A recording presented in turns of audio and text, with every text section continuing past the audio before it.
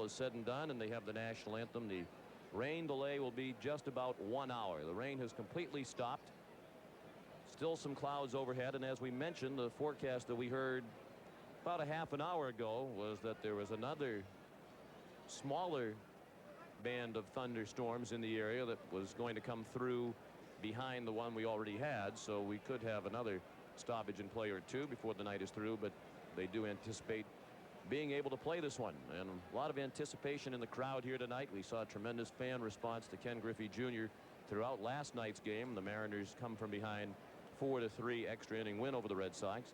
He received a tremendous hand when the starting lineups were announced here prior to tonight's game. And as we said about an hour ago, added attraction tonight, the major league debut of 18-year-old Alex Rodriguez, who is the youngest player in the majors, called up from Double-A Jacksonville yesterday, the first pick in the entire draft in 1993, is now a teammate of Ken Griffey Jr.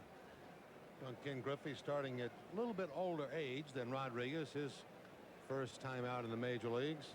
He opened his professional career against the Oakland Athletics in Oakland, starting the season with Dave Stewart on the mound. As a matter of fact, he was asked by a couple of the Seattle reporters if he was nervous prior to the game. He said, the only time I was nervous is when they announced the starting lineups. How you got to go out and stand up along the lines. He says, I was nervous then. His first at bat off Stewart, a ringing double to left center that hit the base of the wall. He returned to Seattle in the home opener about 3 days later, facing Eric King. And the first at bat in Kingdome as a member of the Seattle Mariners into the second deck with his first home run. So I'm not sure that's going to happen for Rodriguez tonight. A lot of people tell me that he was a little overmatched in spring training at the plate, which is, I mean, that's not hard to understand at all, but certainly he's not overmatched, and he can be on an equal with anybody carrying that glove and ranging his way around shortstop. The umpires are just now coming onto the field and exchanging the lineup cards at home plate. The umpires working the ball game tonight. Jim Joyce will call the balls and strikes with Ed Hickox at first base, Matt Winans at second, and the crew chief Jim McKean at third. Tough loss for the Red Sox last night in game 1 of this series. Aaron Seeley pitched beautifully and left the ball game after 8 innings with a 3-1 lead. Seeley had been hit by a comebacker earlier in the game and his leg cramped up on him. He was not able to take the field for the ninth. Butch Hobson went to the man who's now his closer, Ken Ryan, and Ryan, one of the few times this season, did not get the job done. Gave up 2 in the ninth, tie it, and the Red Sox lost it when the Mariners scored a run in the 10th. Third straight loss for Butch Hobson and the Red Sox, who now stand at 40-43. That's the low watermark for the season, 3 games below 500. They're in third place in the American League East, 9.5 games behind first place New York, and 8 games behind the second place Orioles, who are now only a game and a half behind the Yankees. Meanwhile, the Mariners snapped a 4-game losing streak with their win in game 1 of the series last night. They come in at 36-48, 12 games under the 500 mark, but only 5 games behind Texas in the American League West, and 2 games behind second place Oakland. Their picture brightening with the win last night. Brian Turang leads off in left field. Felix Fermin is the second baseman. Ken Griffey Jr. bats third in center field. Edgar Martinez, the cleanup hitter and third baseman.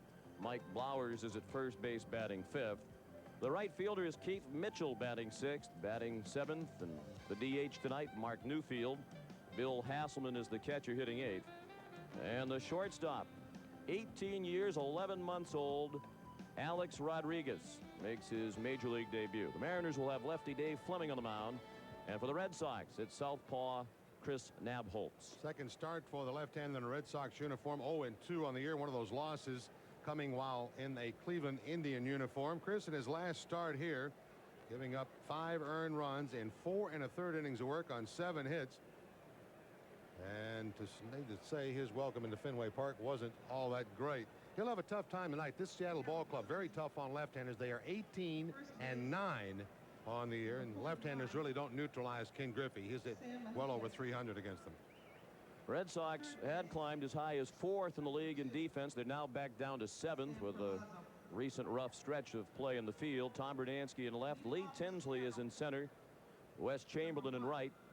Scott Cooper, the third baseman. John Valentin at short. Scott Fletcher at second. Tim Naehring is at first, making his second major league start at first base. And Rich Rowland is the battery mate of Chris Nabholz. Mo Vaughn, Mike Greenwell, and Otis Nixon are all ailing, and all are out of the starting lineup tonight. Brian Turang, one of the heroes of last night's game for the Mariners, the leadoff hitter, takes a strike.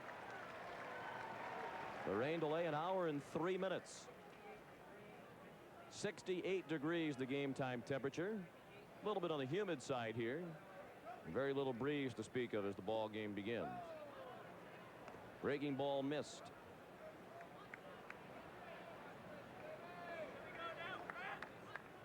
Turang's only appeared in 32 games. He's been up 99 times with 19 hits. But he had 3 hits last night. And the game-winning RBI in the 10th inning. He looped a single in the shallow center.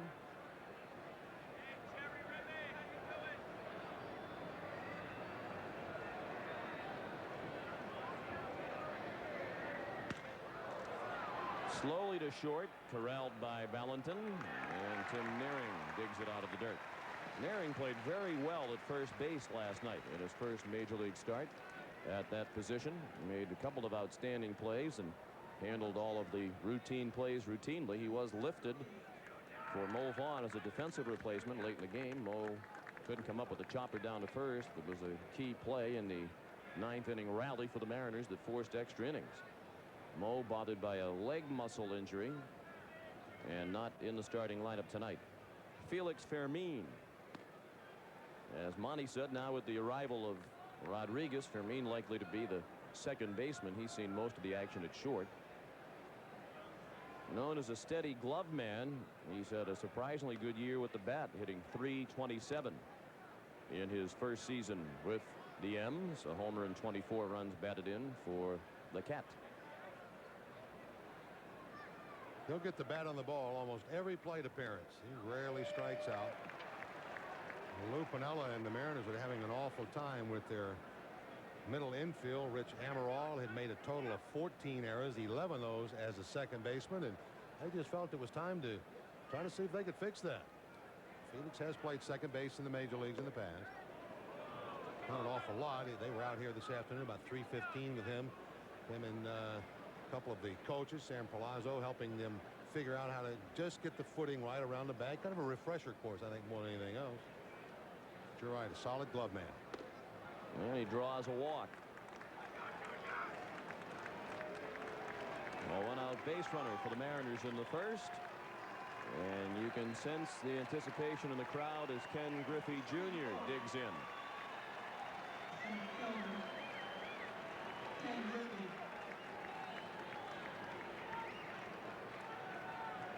He is the major league leader with 33 home runs. He has driven in 68.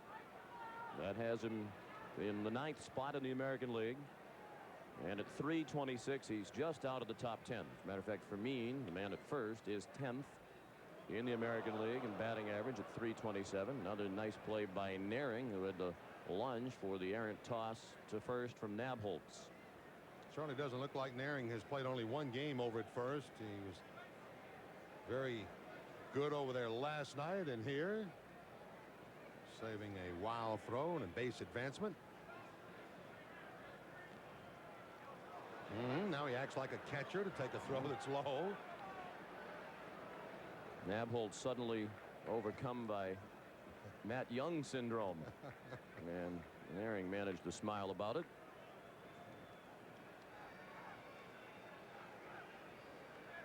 I understand why Nabholz wouldn't be in any great hurry to throw a pitch to young Mr. Griffey. The home run last night into the screen and left, the line drive home run off Aaron Seeley, ended an 11-game homerless drought.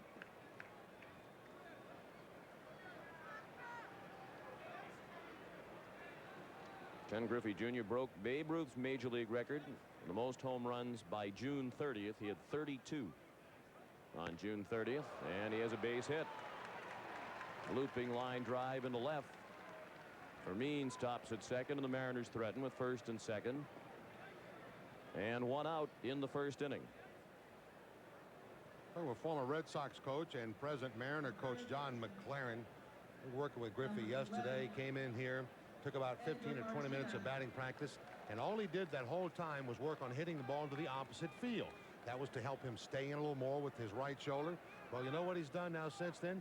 3 base hits to left field in this series already. A homer and a double last night, and now this little cue shot over to left field here, dumping it in front of Tom Bernansky. McLaren said he's one of the few guys I've seen practice something prior to the game and then take it right into the game with him. Edgar Martinez is the batter. Hampered by injuries at the start of the season, he's appeared in only 61 of the Mariners' 84 games prior to tonight. As usual, he's right up around the 300 mark at 298 with 8 homers and 32 runs batted in.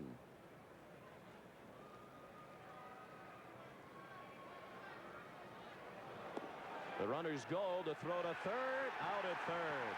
Valentin can't believe the call. And Sam Perlazo, the third base coach, jumped in between. And here comes Lou Piniella.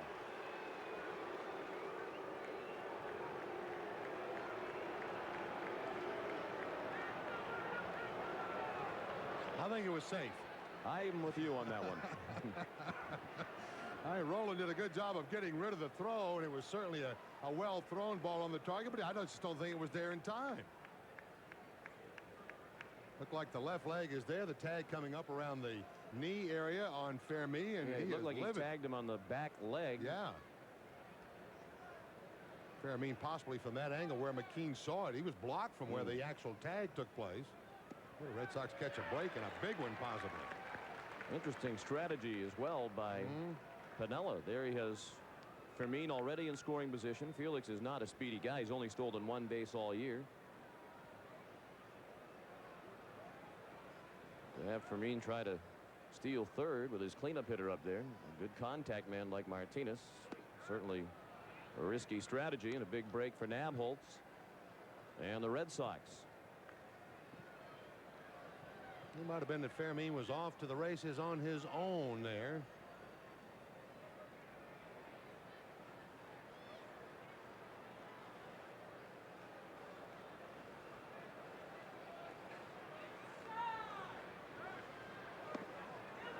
Ball 4 low. So Nabholz has walked 2 here in the first.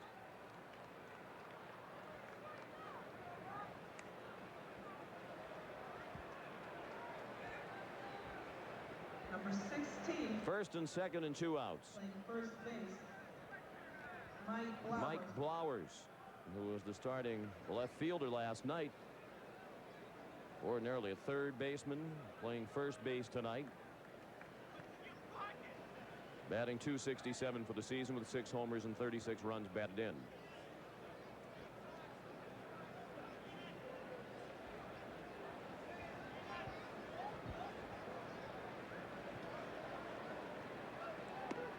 Flowers, one of the hottest Seattle hitters, batting .391 over his last 15 games, and for the season hitting .400 with men in scoring position. There is no score, but the Mariners have Ken Griffey Jr. at second base and Edgar Martinez at first. With 2 outs, the 0-1 pitch to Blowers, fly ball to right at Chamberlain, and that ends the inning. Seattle strands 2. They might have run themselves out of a potentially big inning. After a half inning, no score. For the Red Sox tonight, Scott Fletcher leads off at second base. Tim Naehring is the first baseman hitting second. John Valentin, the shortstop, bats third. The cleanup hitters, the DH Andre Dawson. Tom Brunansky is in left field batting fifth. Wes Chamberlain is in right and batting sixth. The third baseman Scott Cooper hits seventh. Rich Rowland is doing the catching and batting eighth. And center fielder Lee Tinsley hits ninth against left-hander Dave Fleming. John Fleming's been having a difficult time getting the ball down in the strike zone this year. Consequently, that high number of losses and the high earned run average. If you look at that innings pitch, which will be coming your way in just a second, against the number of hits, 112 hits in 87 innings. Add that together with the base on balls, 160 runners he has put on in just 87 innings. That'll work out usually to about a 6-10 record and a very high earned run average. Also, by being up in the strike zone, the home run ball has hurt Fleming. He's given up 15 round trippers. And the defense has hurt him as well. The Mariners were the best fielding team in the majors last year. This season they are 12th in the American League. They have Brian Turang in left, Ken Griffey Jr. in center, Keith Mitchell in right. Edgar Martinez is the third baseman, Alex Rodriguez at short, Felix Fermin at second, Mike Blowers at first, and Bill Hasselman is behind the plate. Mariners threatened but did not score in the top of the first. Here's Scott Fletcher to lead off. His average is dipped down to 216. 2 homers and 8 runs batted in for Fletcher. First pitch of the night from Fleming, a ball outside. Otis Nixon still bothered by back spasms. He is not in the lineup tonight. Mike Greenwell had an MRI on his shoulder yesterday, and he's still a little bit sore, and Fletcher has a hit. He's trying to get into the gap in right center. Griffey on the wet outfield grass got to it quickly and got it in quickly, holding Fletcher to a long opposite field single. Because Griffey all this season has been praised for his hitting side of the game, but don't be fooled. He can do some fine glove work for you. He'll utilize his speed here to quickly get in that gap in right center field and cut off this potential extra base hit off the bat of Fletcher.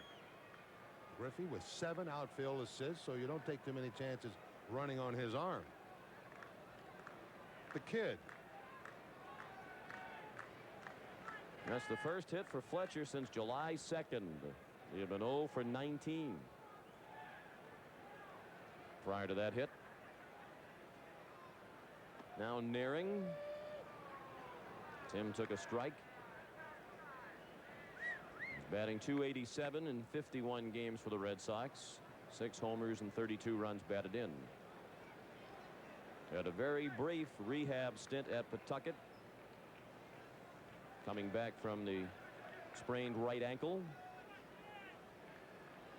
Appeared in 4 games for the Paw Sox. Said his ankle has felt fine, but his legs have been a little bit sore. Not accustomed to playing 9 innings.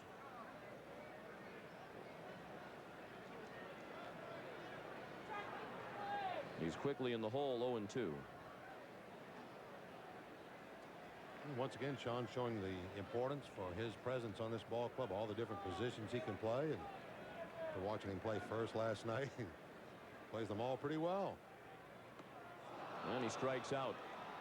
Couldn't get to the high pitch from Fleming. Nearing gone on 3 pitches. First strikeout of the night for Fleming. Fleming walks about as many as he strikes out. As a matter of fact, 1 more strikeout now than base on balls as Nearing chases the pitch up high. Certainly can't blame Nearing for swinging and missing that one. Certainly not can blame him for swinging at it. Very hittable pitch over there, even though it might have been out of the strike zone. John Valentin is the hitter at .326. And that average has John just out of the top 10 in the league in hitting. 5 homers and 26 runs batted in. 1 for 3 with a double in last night's series opener. That extended his hitting streak to 7 games. Ball 1 outside. No score. We're in the bottom of the first. Ball game delayed at the start by rain for an hour and 3 minutes.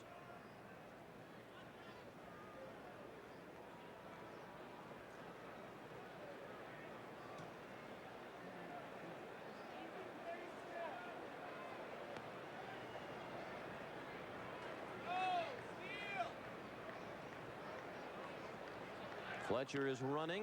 Valentin slaps it to second to Fermin, who throws him out. The hit and run was on, and Valentin had to chase a pitch that wasn't ideal. Fletcher to second with 2 down. Number 10. A more strange strategy here. Hit and run with your 3rd batter up there. That's a little bit unusual that you almost take the bat out of Valentin's hand when you're asking him to play hit and run, but it was on, and Fletcher winds up in scoring position, albeit 2 outs. And Andre Dawson is the hitter. Strike. He's at 253 with 15 home runs and 43 runs batted in.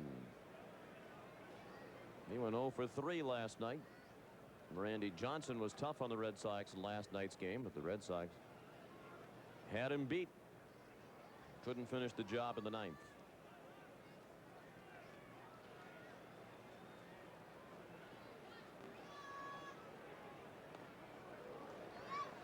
Some of the scouts down below last night consistently had Randy Johnson on their radar guns at 97 miles per hour with the fastball.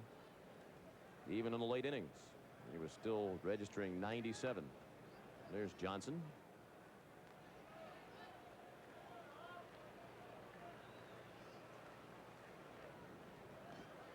Check swing. They wanted to appeal down to first. So far, the appeal has not been granted. 2 balls and a strike on Dawson.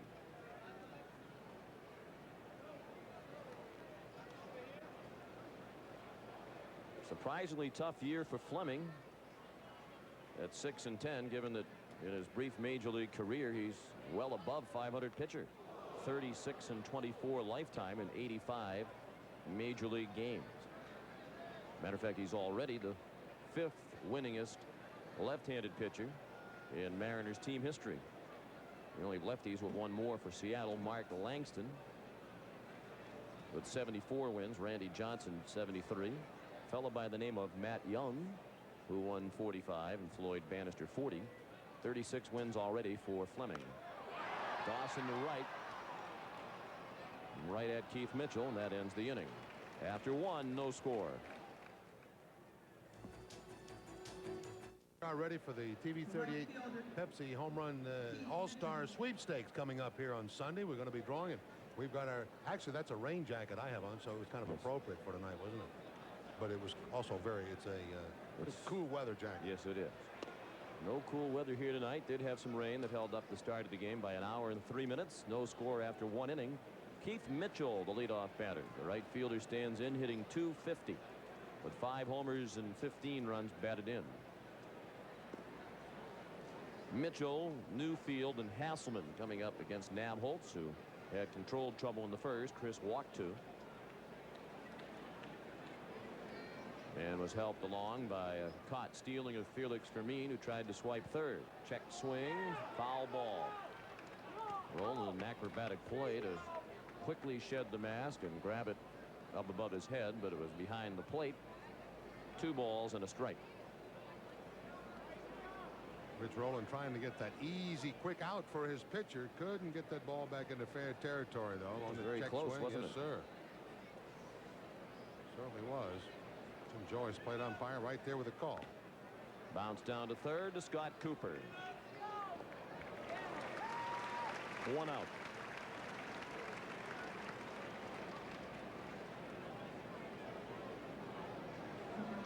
Well, you saw that shot just a moment ago back in the first inning of Seeley, Vaughn, and Clemens all in a row, and the Red Sox dug out all of them with sore legs.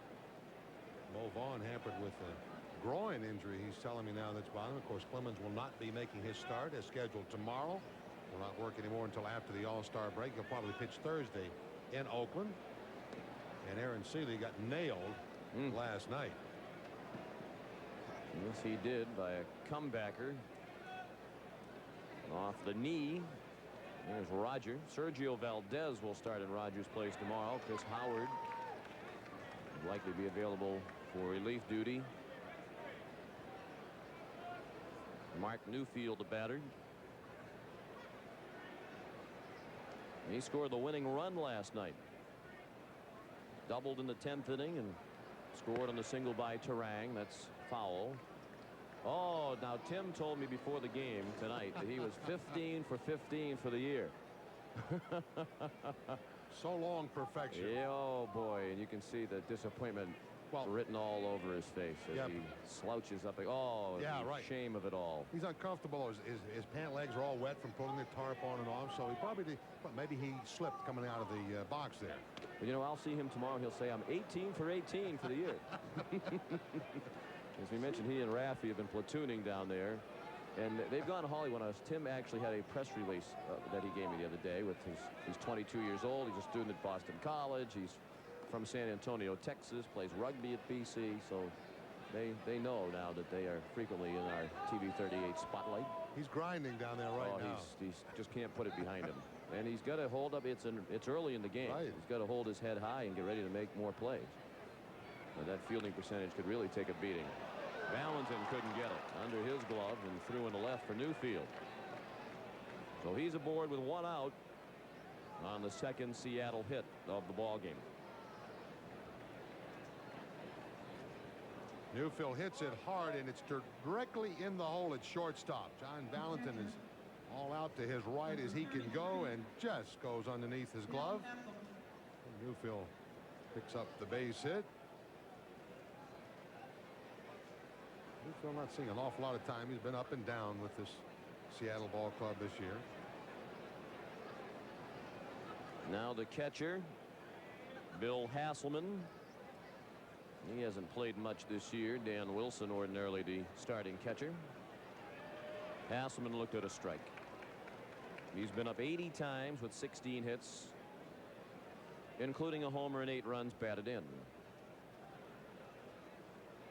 His last start was on July 2nd at New York. Tonight is his 21st start of the season behind the plate. He's also been the DH in 1 game this year for the Mariners. There is no score. We're in the second.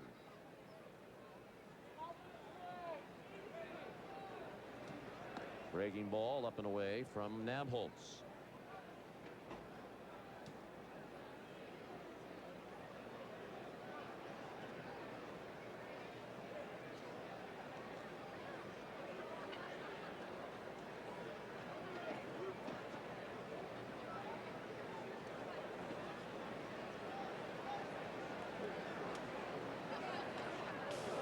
Slashing swing and a foul back to the screen.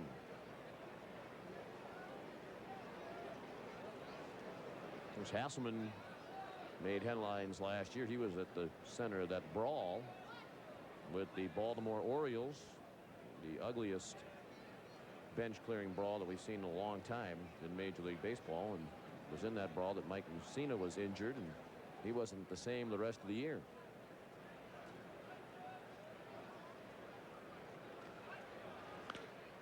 Down to third with Hasselman running. They should get 2, and they do.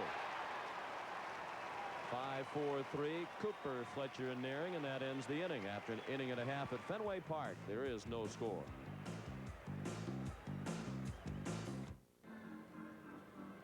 Sean McDonough with Bob Montgomery, our producer-director John Wilson. Happy to have you with us for Game 2 of this 4-game series between the Red Sox and the Seattle Mariners that will bring an end to the unofficial first half of the Major League season. Season is actually past the midway point. Red Sox have played 83 games in a 162-game schedule. But the All-Star break is Monday, Tuesday, and Wednesday. The All-Star game Tuesday night in Pittsburgh. Tom Brunansky, the leadoff hitter, against Dave Fleming. No scores. Boston bats in the second. Brunansky at .258 overall and hitting .277 since he joined the Red Sox. He's appearing in his 19th game for Boston. He's hit 5 homers and he's driven in 16 runs in his first 18 games. Brunansky, then Chamberlain and Cooper due up against Fleming. Off-speed pitch, quite a bit off-speed, in fact, and it was high. 2-1. If this had been right into the strike zone, they would refer to this pitch as the slop drop. Didn't quite drop far enough.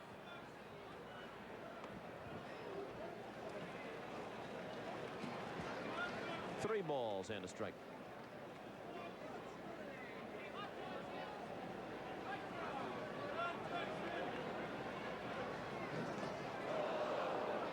Big swing by Brunansky, and the count is full.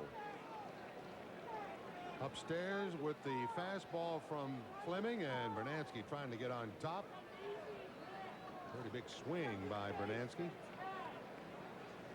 Last time Fleming faced the Red Sox this year, back on May the 3rd, the Red Sox were 2.5 games in first place. And he walked him. Well, for the second time in as many innings to open the ball game, the Red Sox have the lead man on. It's the first walk thrown by Fleming. Matter of fact, in that Seattle series, Sean, that was a series where the Red Sox ran their record to a 20-7 mark. They beat Fleming on the opening of that 2-game series on a Tuesday night. And then Greg Hibbert lost to Danny Darwin on a Wednesday night. The 20th win of the year for the Red Sox against 7 losses. Since the 20-7 start, the picture has changed completely for the Red Sox. Wes Chamberlain popped one foul out of play to the right. Wes had a good night last night, 2 for 4. Drove in a couple of runs, raising his average to 270. In 23 games with the Red Sox, he's hit 2 homers and has driven in 11.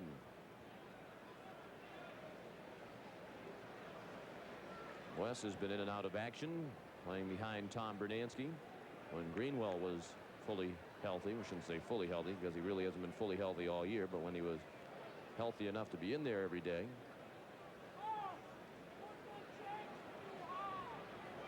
When Wes has played of late, he's been productive. 7 runs batted in his last 6 games. Another pop foul to the right, and the count is 0-2. Wes was a platoon player throughout his days in Philadelphia. Generally only played against left-handed pitchers. And the numbers since he's joined the Red Sox give you an indication of why. He's hit .440 against left-handed pitching since coming to Boston. He's 11 for 25 against the Southpaws. But Wes was always frustrated during his time in Philadelphia. Thought he should have been an everyday player, and that given the chance, he'd hit right-handed pitchers.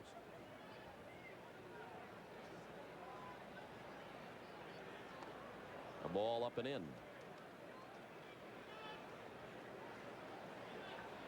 No score, bottom of the second.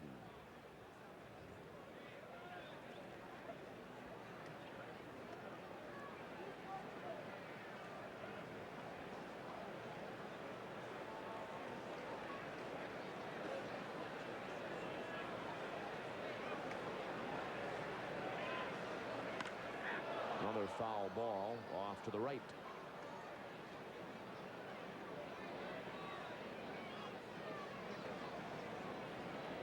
Not sure exactly what's causing it, Sean. Maybe it's Ken Griffey, and I know that has a lot to do with it, but I can't find any empty seats in this park tonight.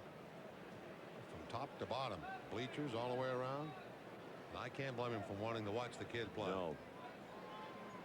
And they expect big crowds the next 2 days as well. Here it comes.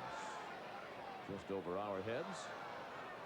We have plenty of protection tonight should a foul ball come in the booth. We're very happy to have Jerry Rappaport Jr., his friends Jack Friel, and Clark Hill here through the. They're all off to our left. These nice gentlemen. Handsome group, aren't they? Indeed. They are. Well, they fit right into this booth here nicely. Yes, you see, as you saw by that shot, not a lot of room in the booth, but they have managed to fit into what space we have nicely here through the generosity of Mr. Rappaport. Recent auction to benefit the Cordova Museum. We send along our wishes to our pal Greg Harney, who does a lot of work for that worthwhile cause. And we also want to send along best wishes to Jerry's nephew Joshua Rappaport, age 3, in Children's Hospital. And we hope that he is feeling well tonight, enjoying the ball game. We wish him well. A lot of folks here at the ballpark thinking about Joshua. 1 ball and 2 strikes. Still the count on Chamberlain as he's fouling away pitches left and right. I mentioned Fleming getting the ball up. He doesn't seem to be able to get one down now to see if Chamberlain would possibly chase a bouncer. Somewhere with some type of breaking ball. Perhaps a slider working it down and in on him. 2 balls and 2 strikes.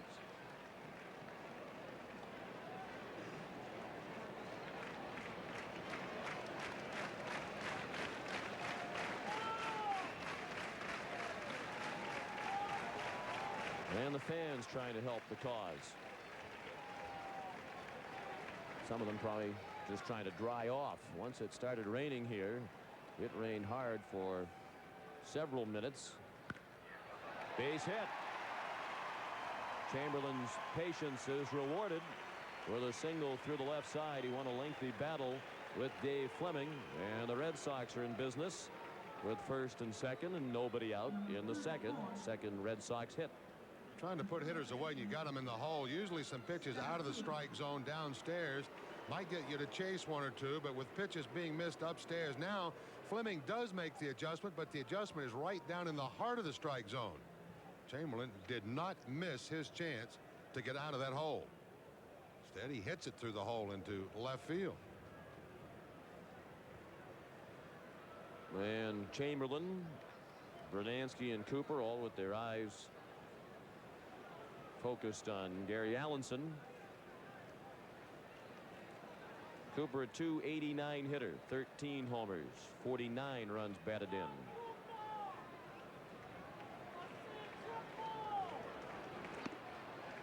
No sign of a bunt. And Cooper looked at ball 1 just in case. Martinez is even with the bag at third.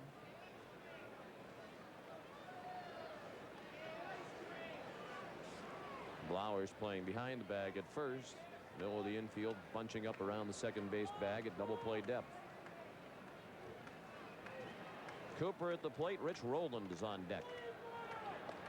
Fleming dropped down and missed, and that brings Hasselman out to the mound. Fleming's only 24 years old. Needed less than 2 years in the minors to make it to the major leagues. He's from Queens, New York. Broke into the big leagues with Seattle in 1991. His first full season was 92, and he had a great year. Went 17 and 10 and finished third in the balloting for American League Rookie of the Year, behind Pat Listash and Kenny Lofton. The 2-0 pitch. In on the hands, a little pop up. Martinez on the run near the dugout, couldn't get it. Landed right at the top step, never got very high in the air. And Martinez was risking life and limb if he made a bolder play than that to try to catch it. Because it didn't get very high in the air, Martinez doesn't have a chance to really get himself over there and get stationed. That's a very difficult pop up to catch, running under a full head of steam headed toward the top step of a dugout. He would have had to make a diving head first catch into his own dugout, and opted not to pursue that good move option. Cooper may have hung his head for a while if he'd have made an out in that fashion after getting Fleming 2 balls and no strikes to get jammed with a pitch. Now he turns the bunt and drops it down toward third. Fleming goes to third in plenty of time to get Bernansky.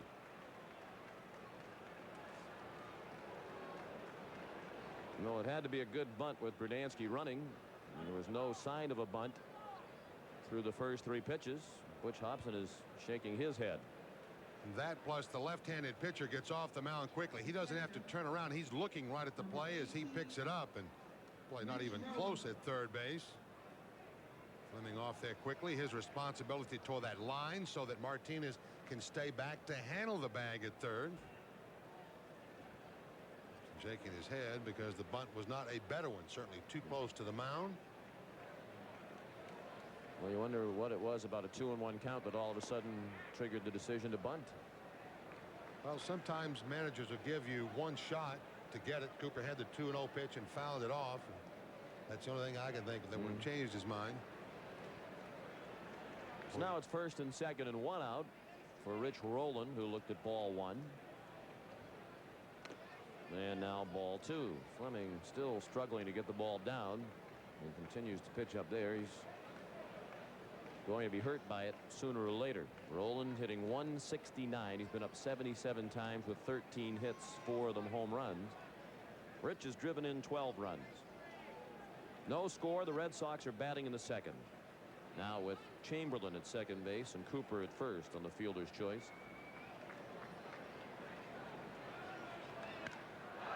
In the air, well hit, center field. Griffey Jr. drifts back just shy of the warning track to make the catch. And he had plenty on the throw to second. Chamberlain is back safely. Well, the foul sacrifice bunt is a costly one now. That's certainly more than deep enough to have scored Tom Bernansky for third had he been moved along successfully. Like that ball may have got caught up just a little bit in the breeze, although the flag looked like it's going more toward the foul pole in left center field. Maybe he didn't hit that ball quite as hard as it sounded. Breeze has picked up since the ball game began. Lee Tinsley the batter. Lee had a good night last night filling in for Otis Nixon. He went 1 for 3 and scored a run last night, raising his average to 182. He stole second and third in the same inning and then came in when the throw to third got by the third baseman. Manufactured his own run. He also made a couple of fine catches in center field. Weekly back to the mound. Fleming ends the inning. After 2, no score. It's tight atop the American League East. The Orioles within a game and a half now of the first place Yankees. They had moved within a half game before the Yankees won and Baltimore lost last night. Red Sox 9.5 out, 3 games under. In the Central, Chicago's played very well lately. They've closed the gap to 1 game behind Cleveland. Kansas City a solid third. In the American League West, 2 games under 500, still good for first place. Oakland is still hot. The Athletics have won 5 in a row. In the National League East, Atlanta with the major's best record and just a 1-game lead over Montreal with the major's second best record. In the National League Central, it is Cincinnati in first place. Houston close behind. And in the National League West, Colorado has won 4 straight to move within 3 of first place Los Angeles. The standings brought to you by Delta Airlines. First major league at bat for Alex Rodriguez. He's beginning the third in a scoreless ball game. He's a couple of weeks shy of his 19th birthday. First pick in the entire draft in 1993. Swings at his first major league pitch. Cooper made a nice play. Scott had to play it on a tricky hop, and then it looked like he had a tough time getting a grip on the ball as he was on the move, but still kept his poise and made the play for the first out of the inning. Number 1. Cooper right even with the bag. Almost gets caught in that in-between bounce. The ball off the end of the bat. Almost a swinging bunt. Rodriguez off down that line. He runs well, but can't stay out of that play as Cooper throws him out. And I was saying, now that we have Rodriguez, he's probably the fastest guy on our ball club. But not fast enough then. Brian Turang took a breaking ball from Chris Nabholz. He opened the ball game with a ground ball to short. One final score from the afternoon in Major League Baseball. The Houston Astros had their 6-game winning streak snapped by the Cubs. Cooper in again. Nice play by Naring. Cooper made a fine play to barehand it and get the throw off quickly. Turang runs pretty well. And Naring, in his second Major League game at first base, has played that position like a Gold Glover the last 2 nights. He made a terrific play to prevent that ball from bouncing into foul ground a long way down the right field line. Felix Fairview. Cooper sniffed this out. He's on a good hard charge. Bare hands. Throws low, and Naring picks it clean. A very good athlete, Tim Naring. Has shown the ability now to play every position in the infield. Felix Fermin is the batter. He walked in the first inning. Was thrown out trying to steal third. Cooper has to field it in foul ground. Mentioned that the Cubs beat Houston today 6-5 the final, ending the Astros 6-game winning streak and ending the Cubs 4-game losing streak. They won it in 11 innings on a home run by Mark Grace. 6-5 Chicago over Houston. Sean Dunston also hit a home run for the Cubs. Luis Gonzalez and Kevin Bass went deep for Houston. Jose Bautista beat John Hudek. And the fog has come rolling in off the water with the wind out of the east. And it's rolling in a hurry.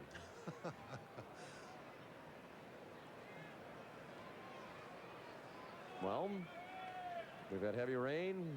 We've had sunshine here at the park prior to the game. Some wind now, and now some fog. Moment, it's really a very pleasant night. Comfortable temperature. Rain has stopped. Night for the players. This is one of those nights where you get a little breath of fresh air after playing around a lot of heat and humidity. Kind of get a new life, new feel of strength from the cooler air. Monty mentioned earlier Felix Fermin, a very tough man to strike out. Count is 2-2 now. Fermin has only whiffed 16 times all year. He's been up 272 times. He had a bullet right past Nabholz into center field. He's aboard with 2 outs in the third in a scoreless game. That's the third hit for Seattle. And again, the hand for Ken Griffey Jr. as he digs in. He got a standing ovation last night after his home run. Fans here in Boston showing their appreciation for his enormous talent. He's tremendously popular, particularly among young baseball fans. I thought the thing that was most amazing last night is we check his pursuit of one of the most glamorous records in all of sports, the home run record of Roger Maris. He's right on pace through 83 games. I thought the most amazing thing about last night for Griffey was the ball that he hit in the 9th inning that went for a double. A line drive through the left side of the infield. It never got more than about waist high off the ground and rolled all the way to the wall after it whizzed by the third baseman. Serious low hard heat off the bat of Griffey for that 2-base hit. Good save made, oops, by the fans down in the first base boxes. The gentleman down there was going for the foul ball and nearly came head first onto the playing field. Those behind him grabbed him literally by the seat of the pants.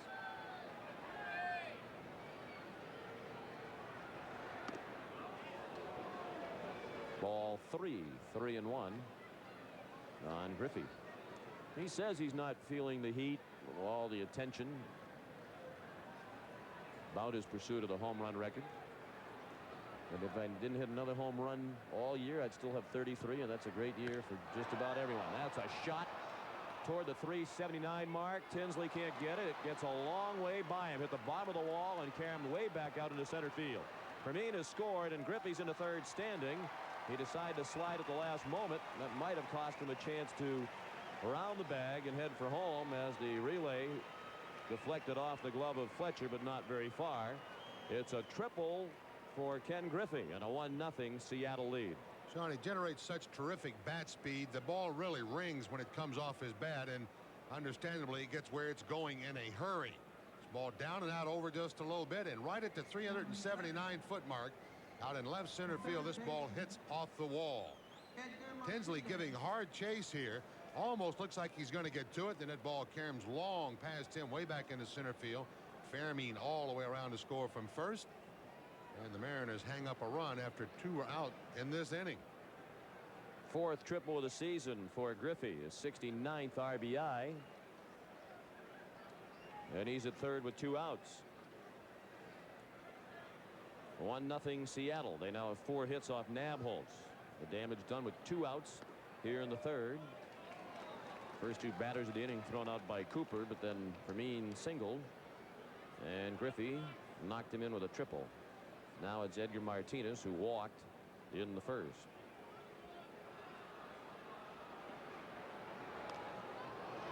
Pop foul back in our direction.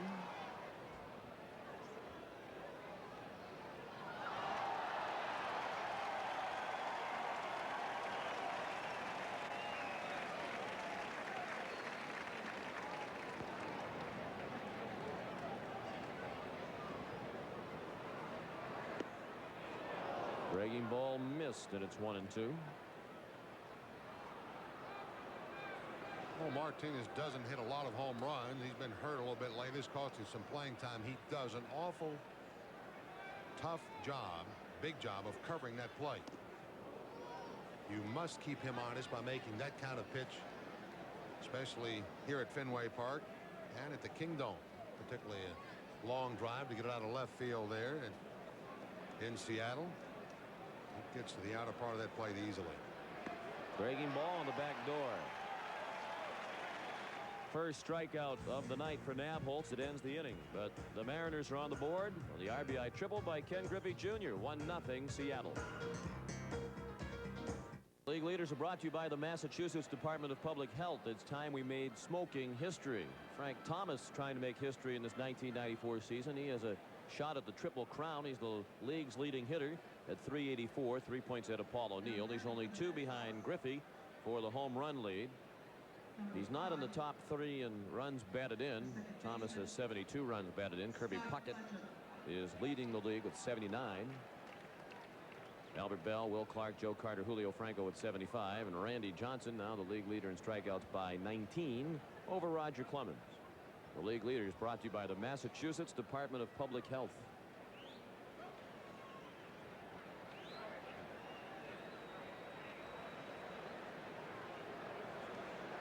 Scott Fletcher is the batter.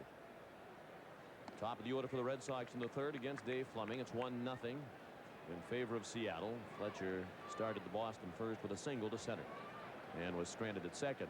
Red Sox have left 3 men on in the first 2 innings. Umpire Jim McKean, the crew chief, has left the field. We do not know why, but at the moment the teams are playing with 3 umpires on the field. And no umpire at second base. Matt Winans, the second base umpire, has moved down, take the spot of McKean behind third. And we received word from downstairs that McKean twisted his ankle. And as the home plate umpire Jim Joyce talking to Charlie Moss earlier, Fletcher has another hit. He broke an 0 for 19 slide with his single in the first. Now he's 2 for 2 tonight. Red Sox have had the lead runner on in every inning, but they've yet to score. Both hits for Scott in this ball game, right up the middle and into center field. Both of them are the line drive type. First at bat for him hit just a bit sharper and more toward right center.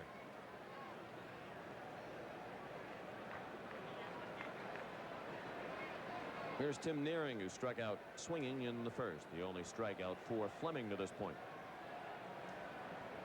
Fletcher runs on the first pitch, and Hasselman's throw is in time, and Fletcher didn't like it.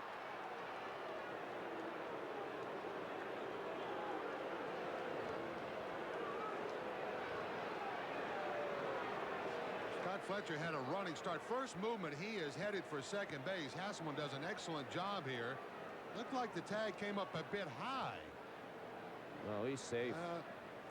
Hand is in on the base. That's the way it looked from up here originally, but does not get the call. Tag down around the belt with the hands out extended, outstretched toward the bag. And Fletcher is still looking out in the general direction of umpire Matt Winans. We might be out. Very close. Argument perhaps either way. Fletcher doesn't ordinarily say anything unless he's convinced he has a case.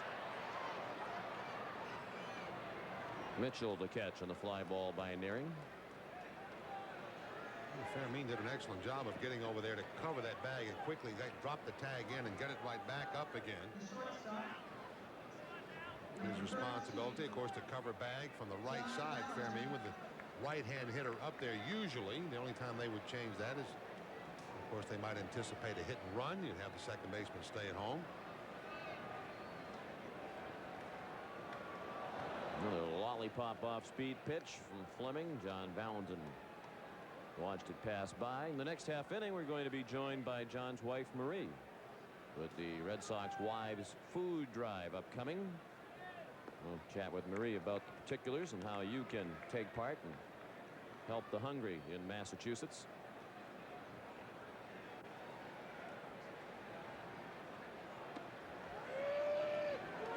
Two balls and one strike. 1-0 Seattle, bottom of the third. If you're just joining us, the game was delayed at the start by rain for just over an hour.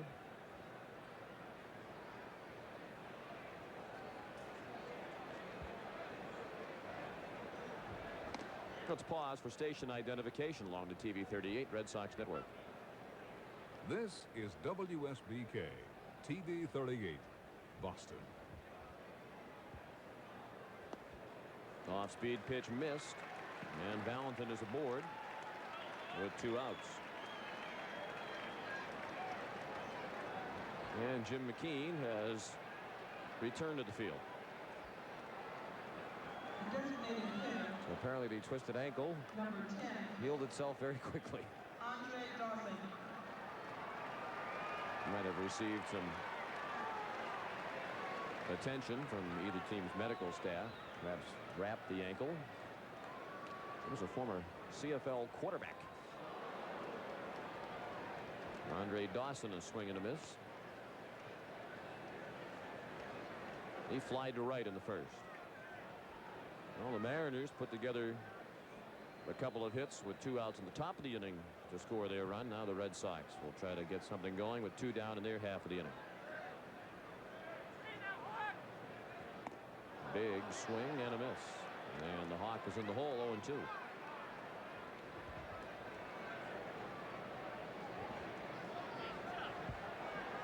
Dawson, number 2 in the Red Sox team with home runs against left-handers. He has 6. Mo Vaughn leads the team with home runs against left-handers with 10. I think Dawson would really like to have the ball down a little bit lower than Fleming has been working with it tonight, for him to get up on one and get it out of here. Dawson hitting .294 against left-handers this year. Fly ball, hooking foul. And onto the roof. Still 0-2 on Andre.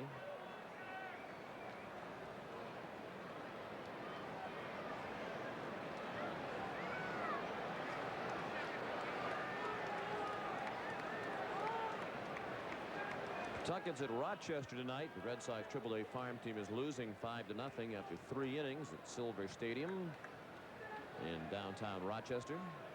Nate Minchie roughed up in his first start for Pawtucket since being sent down when Tim Nearing was activated. The Red Sox made another roster move today. Scott Bankhead has been activated, and Tim Van Egmond was optioned back to Pawtucket.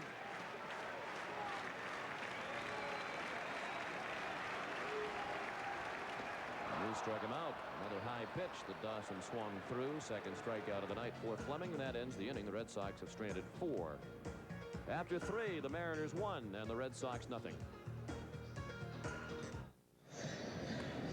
Welcome back to Fenway Park in Boston. After 3 innings tonight, the Seattle Mariners have a 1-0 lead over the Red Sox, and we're pleased to be joined by Mrs. John Valentin, Marie Valentin. And you and the Red Sox wives should be commended, because it's an event coming up this weekend that really has become a wonderful annual event. This will be the 3rd annual Red Sox Wives Food Drive. And it's going to take place this weekend. Yes, it is. On Saturday and Sunday, July 9th and 10th, around 11:30 till 1:30. We'll all be out there helping for the donations and the food drive, and hoping you'll all come out and help us. And as you can see, the wives would ask that you bring canned goods to the ballpark if you're coming out tomorrow or Sunday, and they also accept monetary donations.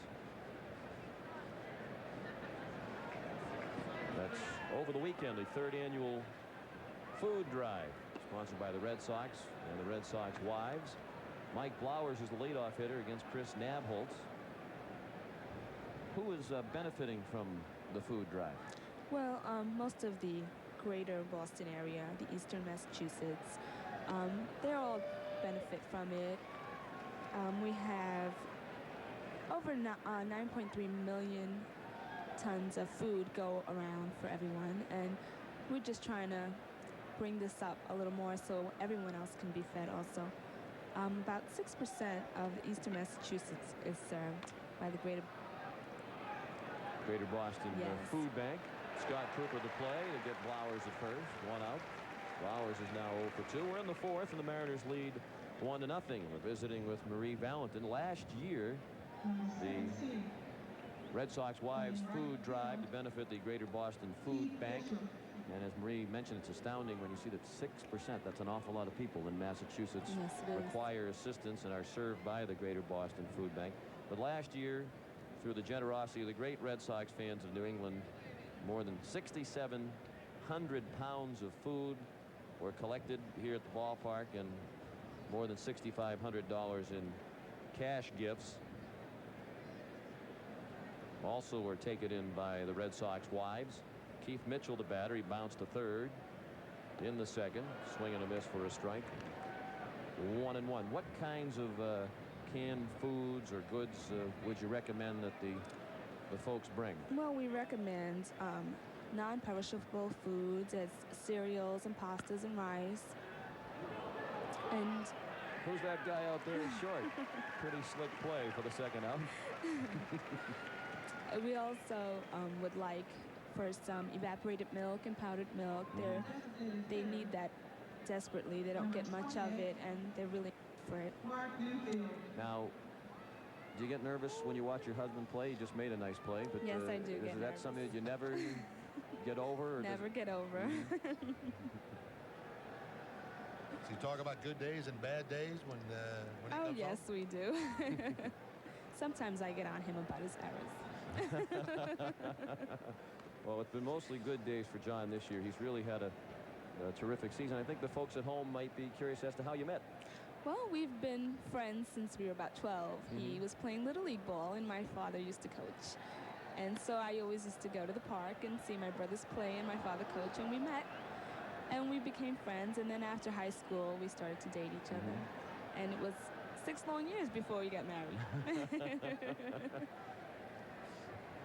Mark Newfield is the batter. We're visiting with Marie Valentin, the Red Sox wives food drive this weekend, tomorrow and Sunday. We really encourage those coming out to bring along canned goods along the lines that Marie described, and they are certainly happy to take donations as well. Marie, are you going to be at different stations around the ballpark, or are you only going to be in one specific point? No, we will all be at different stations, at different entrances along the ballpark. Scott Fletcher, a long run, and he's there to handle the pop-up. Well, we wish you well, and as we said at the beginning, you and the rest of the Red Sox wives will be commended for this worthwhile event. We hope it goes extremely well this weekend for you. Thank you for having me. Thanks for the visit, Marie. Marie Valentin, our guest. We head to the home half of the 4th with the Red Sox down by a run. 5th anniversary of professional baseball with an evening with the heroes. That'll be at the Boston Harbor Lights Pavilion at Fan Pier on Sunday, August 7th. See and hear your favorite baseball heroes reliving their glory days in this unique setting. Tickets may be purchased in person at all Ticketmaster outlets or at the Orpheum Theater box office, or by calling Ticketmaster at 617-931-2000. Just heard some of the names who were involved in that today in a radio commercial. Jim Rice, Jim Lonborg. What else is name did I hear mentioned in there? Frank Malzone. I'm sure be a couple. I know there'll be more Red Sox notables there. Those are just the ones that I can remember. Well, if you come up with a few more, feel free to. Well, I don't want to shout them drop out a name that's not going to be there. Those names I remember definitely. Dave Fleming working to Tom Bernansky, and he's quickly ahead of Bruno. 0-2. Bernansky walked, leading off the 2nd. Red Sox have had the lead runner on in each of the first 3 innings, but they've been unable to score. They've left 4 men on base. They've had 3 hits, and Fleming has walked a couple. He wasted 1 outside. Bernansky, Chamberlain, and Cooper coming up. Should also mention, as part of the 3rd annual food drive put on by the Red Sox wives here over the weekend, that the wives will be signing autographs for fans who would like their autograph. They'll pose for pictures.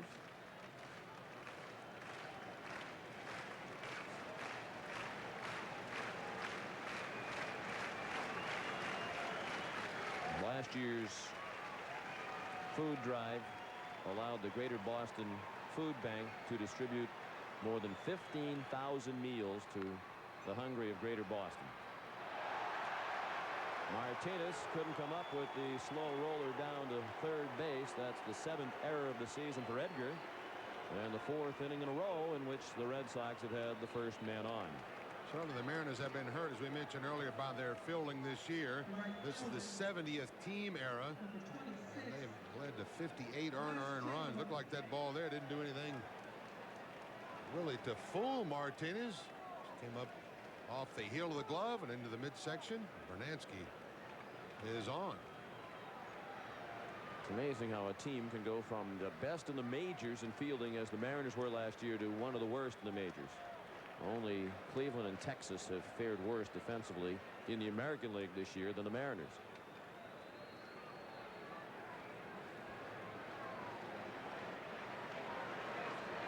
Cleveland's percentage identical, but the Indians have made 2 more errors than the Seattle Mariners. Wes Chamberlain, big swing, very high pop-up that is drifting out of play to the left. Took forever for that one to come down. Chamberlain had a lengthy at bat in the 2nd and wound up with a single through the left side. Bottom of the 4th inning.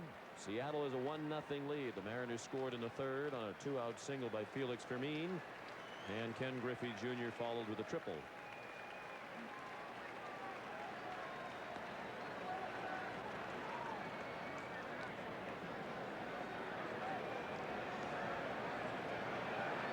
Last season, the Seattle Mariners made only 90 errors all year. Here we are just past the midpoint of the season. They've made 70 errors this season.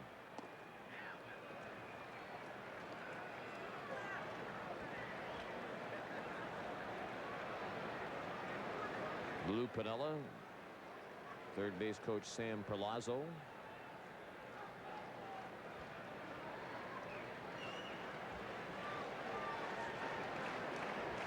Likes guys named Sam, doesn't he? Sammy Ellis, Sam Mejias. There's a coaching staff full of Sams. Chamberlain tried to check his swing of the ball in the dirt and could not. It's 2 balls and 2 strikes.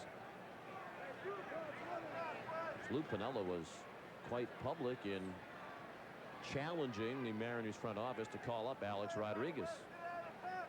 They had been reluctant to do so, given that he's not yet 19. Lou Piniella said, "I want to win, and I think we have a better chance of winning if this young man is here, so let's get him up here." He told me today in his office, he said, if it doesn't work, they don't have anybody to blame but me. And he says, right at this desk, and he pointed his desk in his office, that's where it'll stop. He said, I'm responsible for him being here, and I'll go with it. Check swing, strike 3, says Ed Hickox. No argument from Chamberlain, although he's shaking his head as if he does not agree with the call. Number 34, Scott Cooper. That was a swing. I believe it was.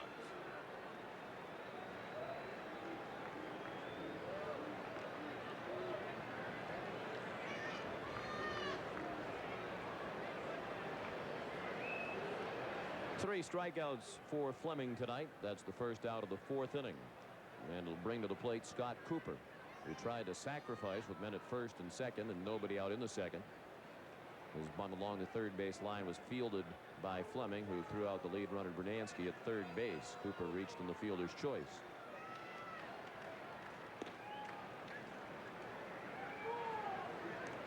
Scott had a chance last time to get Fleming in the hole against him. Fleming certainly lost his advantage, left-hander on left-hander, when Scott had to count 2 balls and no strikes.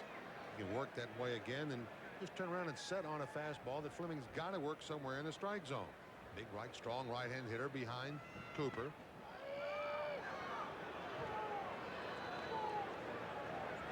You have to feel for Scott a little bit. His selection to the All-Star team for the second straight year was certainly overshadowed by all of the controversy surrounding the snub of Mo Vaughn by Cito Gaston.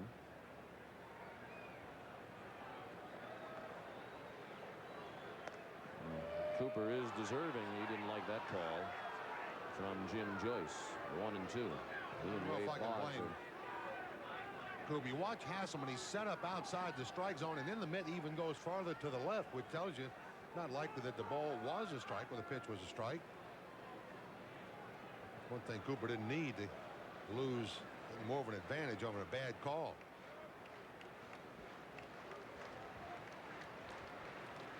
This guy was talking to me yesterday in the clubhouse. He said, I feel like I catch myself up here just a little bit lately, trying to do a little bit too much when I go to the plate. We've had some guys in and out of the lineup with various aches and pains. Strike 3. And now Cooper has more than a word for Jim Joyce. Well, it was certainly a better pitch than the last one. Yeah, pretty generous strike zone here for the left-hander.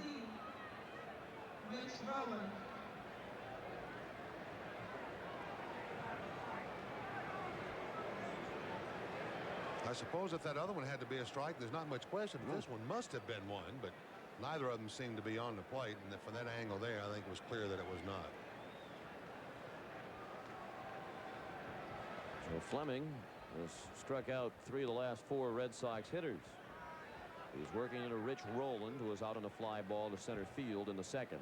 Seattle has a 1-0 lead. We're in the 4th.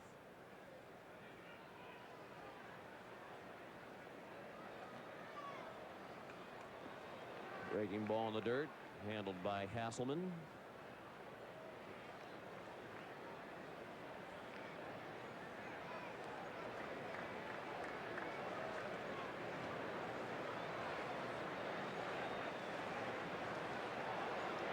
Dave Fleming 2-1 lifetime against the Red Sox.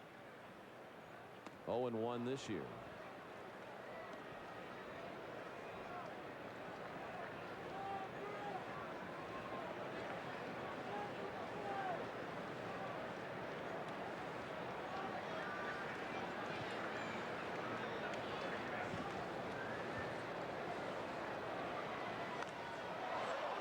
Popped up. Hasselman back to the screen, makes the catch. Got a helping hand from Fleming as Hasselman appeared to be on the verge of losing his balance. So once again, the Red Sox get the lead man on. Once again, they cannot score. It's 1-0 Seattle. The Boston Red Sox and John Hancock invite you to take your best shot at the Green Monster so that a kid with cancer has a better shot at life. You've dreamed of hitting in Fenway Park like Ted Williams and Mo Vaughn. Now here's your chance. John Hancock Fantasy Day is Saturday, August 27th. All proceeds benefit the Jimmy Fund.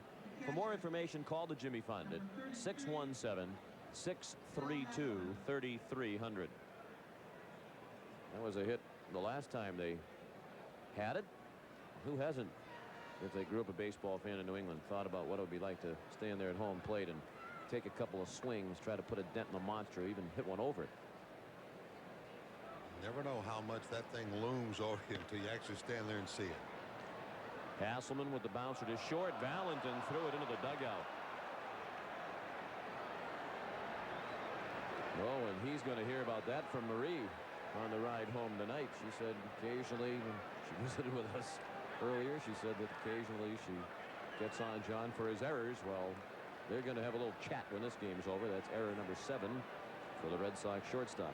This obviously just slipped out of his hand before he was ready for it to come out of there. He had a lot on it, and it sails way over Tim Nearing's head. As a matter of fact, it may have been a little bit to Tim Nearing's left. Yes, it was. All the way in the air in the Red Sox dugout. Yeah, he doesn't know why it happened. The first Red Sox error of the game for that long string of nearly flawless play in the field. The Red Sox defense has started to unravel of late, something that the pitching staff, which has been shaky at best lately, could not afford. 61st error on the year for Butch Hobson's Red Sox. They have given up 38 earned run runs. Actually, they've done a pretty good job of covering up a number of those errors.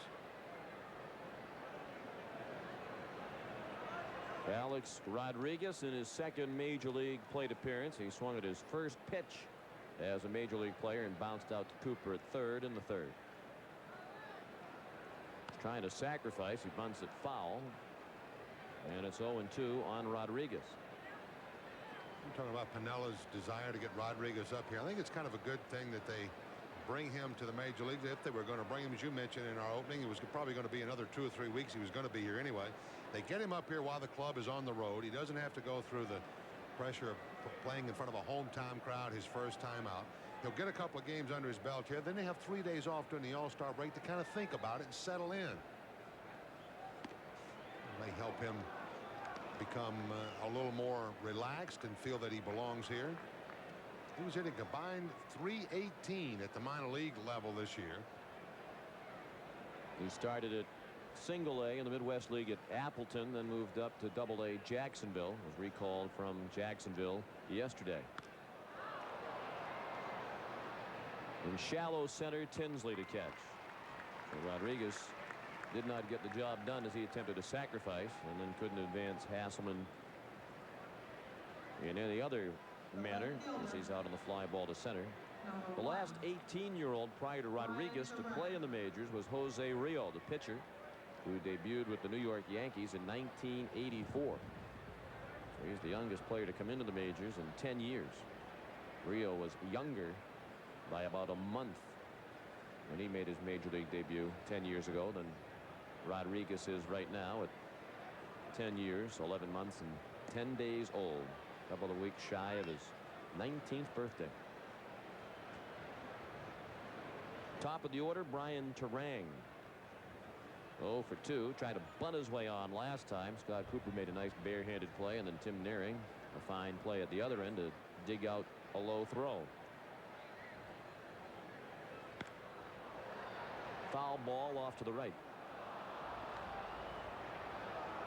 We mentioned that Mo Vaughn was snubbed in the All-Star selections, but he's going to be recognized here in Boston on Monday as Mayor Thomas Menino has declared July 11th, this coming Monday, Mo Vaughn Day in the city of Boston. Turang up the middle. Fletcher throws him out. Hasselman to third on the play.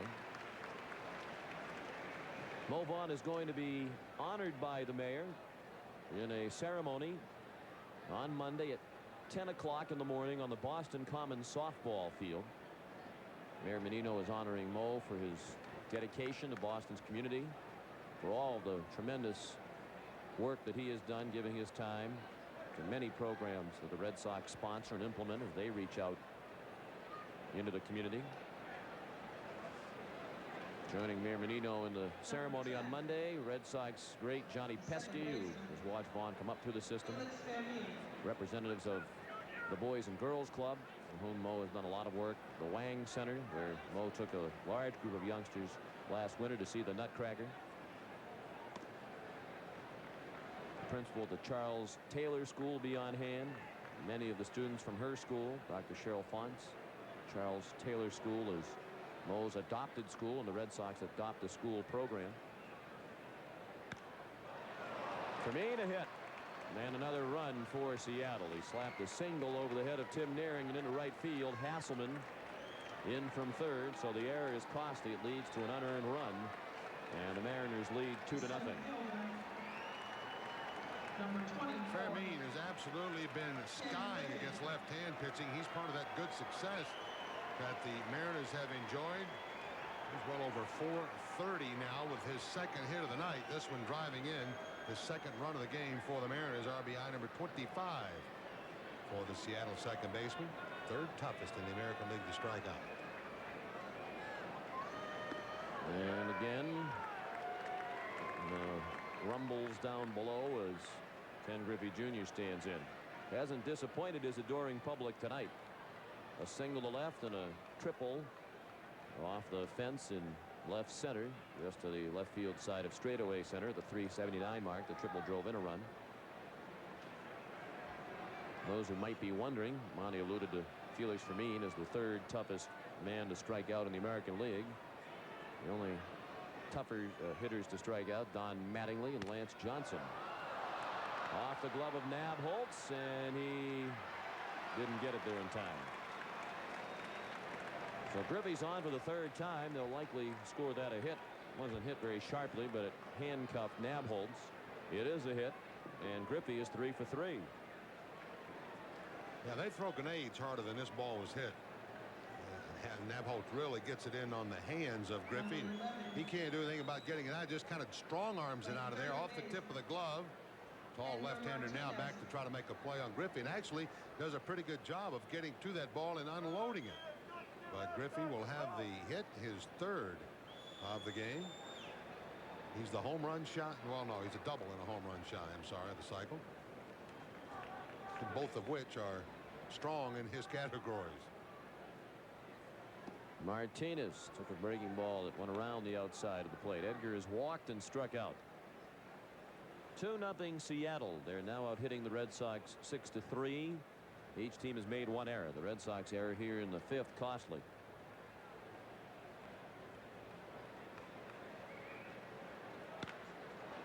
Bounce to short. Valentin to Fletcher to end the inning. Mariners strand two. They've left 5 men on, but halfway through the ball game, Chris Nabholz and the Red Sox trail Seattle 2-0. Astounding it becomes. How big is the world's largest baseball? Do we know? I don't know. I wouldn't have a clue. I would have to think. I don't know. Ball hasn't appeared to be very big to the Red Sox tonight. They've had a tough time hitting it. 3 hits off Fleming as they come up in the 5th inning. All the Red Sox hit singles. Lee Tinsley bounced back to the mound in the 2nd, trying to bunt his way on and fouled the first pitch away. 2-0 Seattle.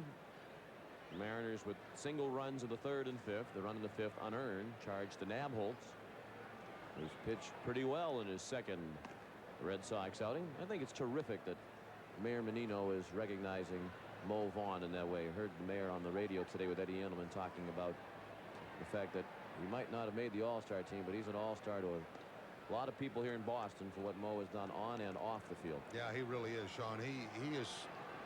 He possibly is the most popular Red Sox player now, even on top of Roger Clemens. Oh, I think he is. Effort. I think he clearly is. Yeah, he's recognized easily wherever he goes.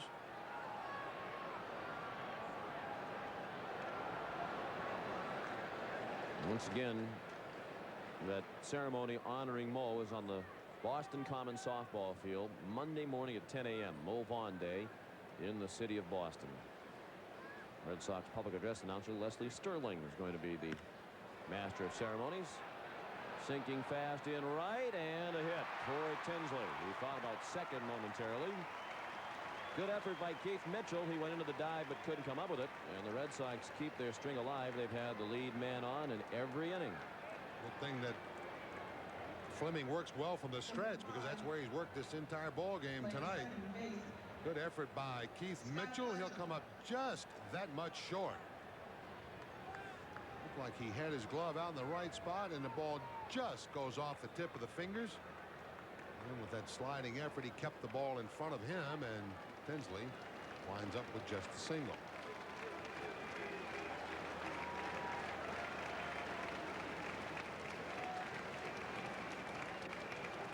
Scott Fletcher fouled the first pitch away to the right. He's 2 for 2, a couple of singles to center.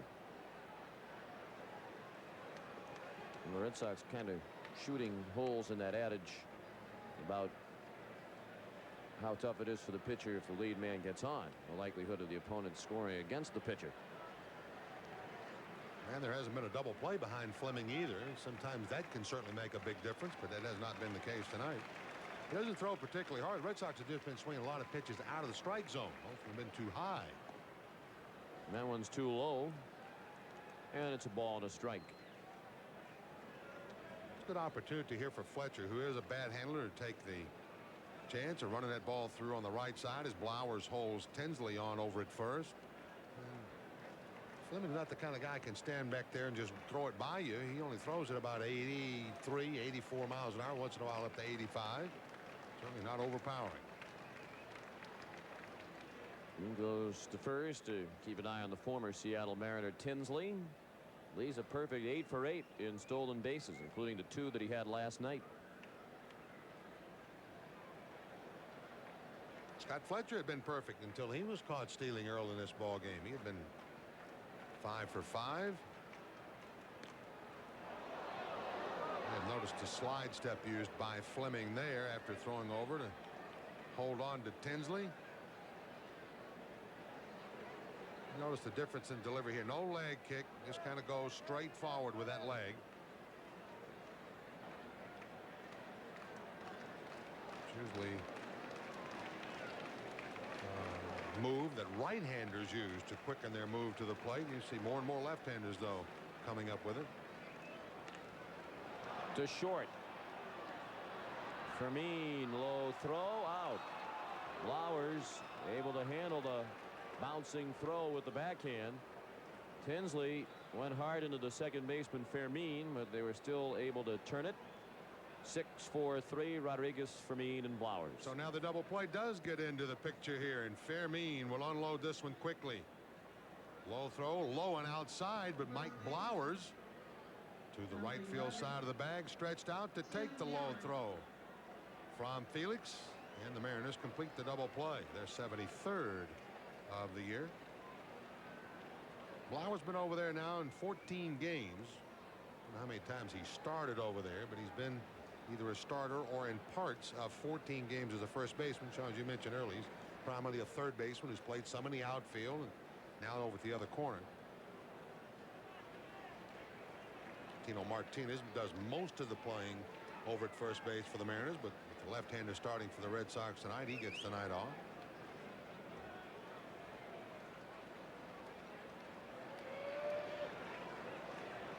Two balls and a strike on Naring. 2 outs and the bases now empty in the Boston fifth.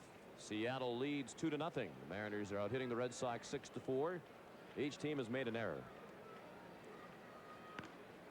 In the hole, Rodriguez. Looked like he was ready for the majors on that play. Went into the hole, set himself, and had a strong throw to first. A one-hopper, again handled well by Blowers, and that ends the inning. After 5 at Fenway, still 2-0 Seattle. Fans, we invite you to visit the Boston Red Sox clubhouse shop at the North Shore Mall in Peabody tomorrow afternoon. Actually, tomorrow evening from 6 to 8 p.m. and meet Red Sox coach and former player Mike Easler. Mike will be available to autograph copies of his video on hitting and other items. For more information, call the Red Sox clubhouse shop at 508-538-0345, and we'll see you at the North Shore Mall. And you'll meet one of the truly nice men in the game. Very jovial guy is Mike Easler. There's nothing wrong with your set, folks. The tube is not going. It is getting quite foggy here. TV doesn't really do it justice. Not quite like it was in Cleveland several years ago when the Red Sox won a game that was ended because the fog came rolling in off Lake Erie, prompting Oil Can Boyd to issue his famous quote, "That's what happens when you build a ballpark right on the ocean." Mike Blowers was flied to right and bounced to third. Facing Chris Nabholz. Nabholz couldn't get it, and Blowers has a hit. He just came off a nice half inning in the field, and he has a single to center opening the 6th. Number 17, Had an interesting question last night, Sean, from one of our guests, one of TV 38's guests at a VIP night here for some of our advertisers. Lady asked me about Mike Eastler and why he always wore a batting helmet, or why he wears a batting helmet all the time. Chuck, we just had a Mike. He didn't have any kind of hat on, so I asked him today. Once again, he's without the hat. He says, I am working with hitters so much out in the cage and center field and behind the screen before the game where he flips balls, and he's so close to them. He says, I wear the helmet for protection.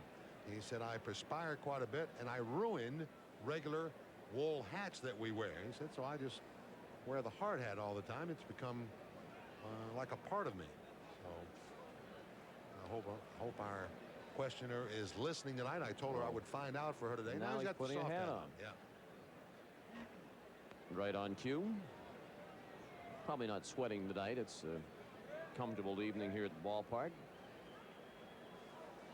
I would have guessed it's because he wanted to have that sort of bond with the hitters, because he is so actively involved in every at bat that a Red Sox hitter has. I told the lady who asked me the question, I said, I don't know why, but I said it probably makes him feel hitterish. I don't blame him for wearing the helmet during that flip where the hitters drive a ball into the screen as the batting coaches toss it to them, because there have been batting coaches hurt by errant balls. That was really a dangerous practice. Matter of fact, I saw Dwight Evans a couple of weeks ago when I was doing a game for ESPN. The Rockies were playing in Atlanta. Dwight Evans is now the batting coach for Colorado, and he had a big welt over his eye and said that he got hit during flip. The ball hit actually the side of the net and then hit him. Luckily, it wasn't a direct hit.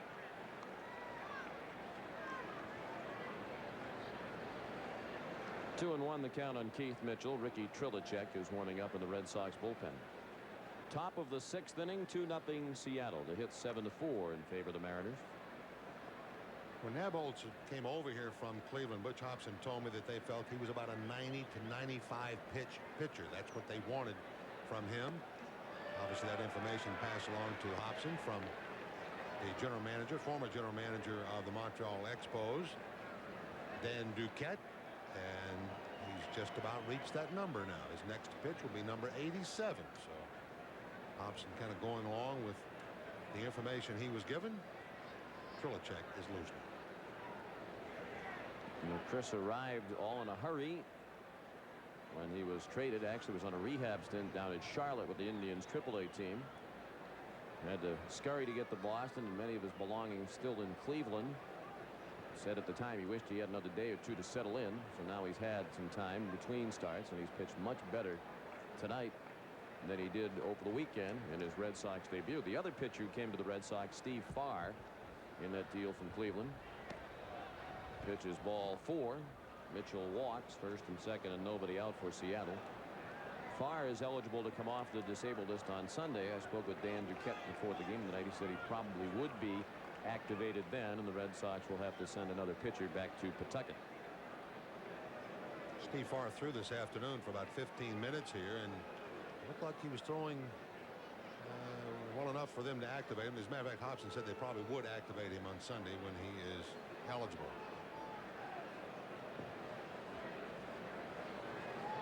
Mark Newfield is the next hitter coming up. The fog continues to roll in. While we have a moment, we want to send along happy birthday wishes to Larry Tozy, celebrating his 91st birthday in Rye Beach, New Hampshire tonight. Saw his relatives at the park last night. Asked us to pass along a hello. And happy birthday to Mr. Tozy. Tell us he agonizes over every pitch of every game. Great Red Sox fan for a long time.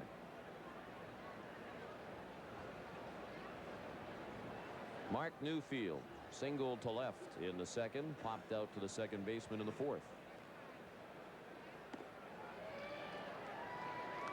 No thought of a sacrifice bunt with the bottom part of the order coming up for Lou Piniella.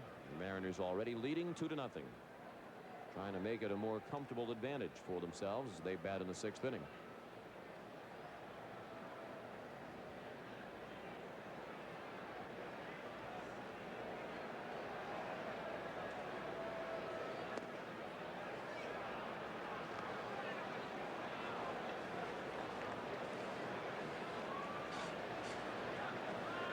Much of Chris Nabholz's action with Cleveland at the beginning of the year was out of the bullpen. He was the number 5 starter.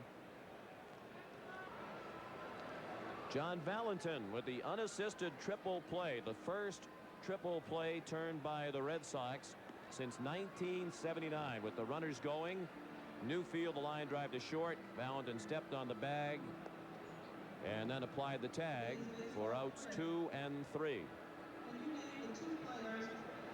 Pinella with a hit and run working the liner right to Valentin. That's 1 out. 2 out as he doubles off the runner, and the tag there. Mitchell, the unassisted triple play, the second AAA turn in the American League this year, and the only 2 triple plays in the majors this year, this being the second. Kind of tagged that guy casually, didn't it? Well, he did, and I think that's one of the reasons why the fans who weren't paying attention didn't realize that there were no outs when that ball was hit. Reacted so half-heartedly. I think it's still spreading around the park. Some of the folks telling others, hey, that was a triple play we just saw. And John gets a big hand as he steps in.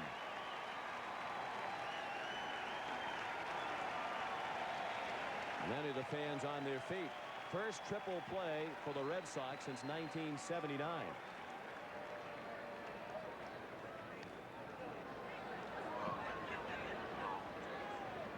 And first unassisted triple play in the majors since Mickey Morandini of the Phillies did it in September of 1992.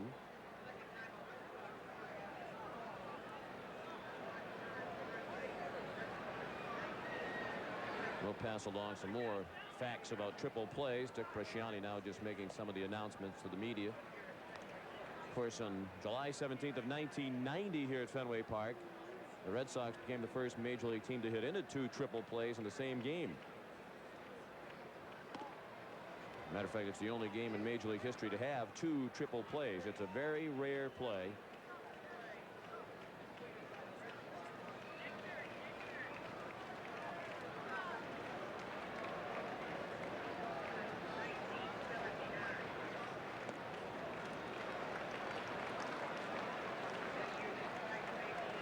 Three and 1 the count on Valentin.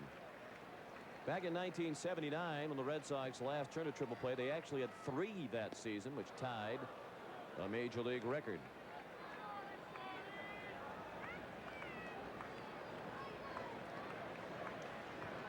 The third triple play of that year and the most recent, for the one turned by Valentin tonight, was at Texas. July 28th of 1979. Al Oliver was the batter. Runners at first and third. He had a pop-up in short right. It was caught by the second baseman, Jack Brohammer. He threw to the first baseman, Bob Watson, and then over to the third baseman, Butch Hobson, to complete the triple play. It's the 9th unassisted triple play in Major League history. I mentioned the first since 1992 when Mickey Morandini of the Phillies. Second unassisted triple play in Red Sox history, the other by George Burns, a first baseman, September 14th of 1923 against Cleveland here. Do you remember that play? No, I remember the Brohammer, Watson, and Hobson one, though.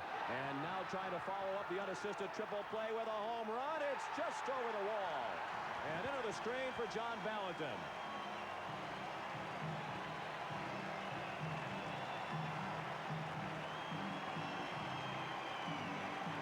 Have yourself an inning, Mr. Valentin. Unassisted triple play in the top of the inning, then a home run to get the Red Sox on the board and cut the Seattle lead at 2-1 in the bottom of the inning. Home run number 6 for John Valentin, and Luis Labau of Lowell is the winner in the Pepsi home run sweepstakes. Valentin knew he hit it hard enough. It was just a question of whether it was going to be high enough. This ball may skim the top of the wall as it gets into that net. Valentin, no doubt he nailed it. And into the screen it goes for the home run, his 6th of the year. Fans want him to come back out. He came up one step and waved. I bet you those other 9 guys didn't do that. No, I mean, that's quite an inning. Unassisted triple play. Then as the leadoff batter, only minutes later, He ripped one just over the top of the wall and left. Hit the top of the wall, bounced up into the screen. Andre Dawson, the batter. 2-0 the count. So the Red Sox have had the first man on in every inning, all 6 of them, and finally they get a run across. Valentin had to take care of that himself. Well, does that get Louise a case of base of Pepsi? Absolutely. I would think so. Absolutely. Big swing. Dawson trying to follow the Valentin home run with one of his own. We're going to have Marie Valentin up here more often. First time Marie has graced the airwaves of TV 38 when she visited with us earlier to talk about the Red Sox Wise Food Drive. And what a night her husband has had. I guess she'll let the error drop now. Said she usually gives him a hard time about the errors. I have a feeling that won't come up. Never be mentioned. On the ride home tonight for the Valentins. Well, good for him. He's having a terrific season.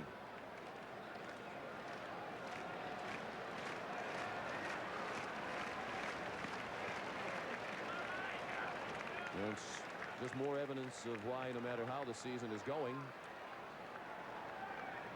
it's always a good idea to come out to the ballpark when you have a chance. You never know what you might see. It's the first unassisted triple play, by the way, in the American League since Ron Hansen of the Washington Senators did it in 1968. Another ball to the wall and about 2/3 of the way up. Dawson in the second with a stand-up double. And the tying run is at second with nobody out in the 6th inning for the Red Sox.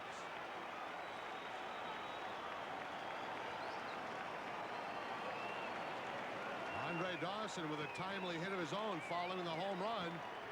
Nobody out. He'll double it off the left field wall. Line up in scoring position representing the tying run.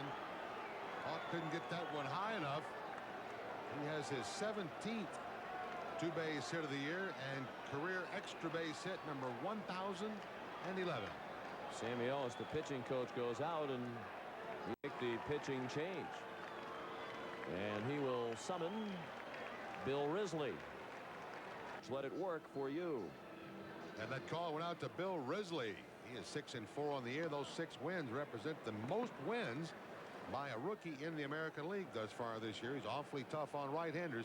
They've hit him at just a 167 clip, and the league has hit just 190 against him. He throws hard.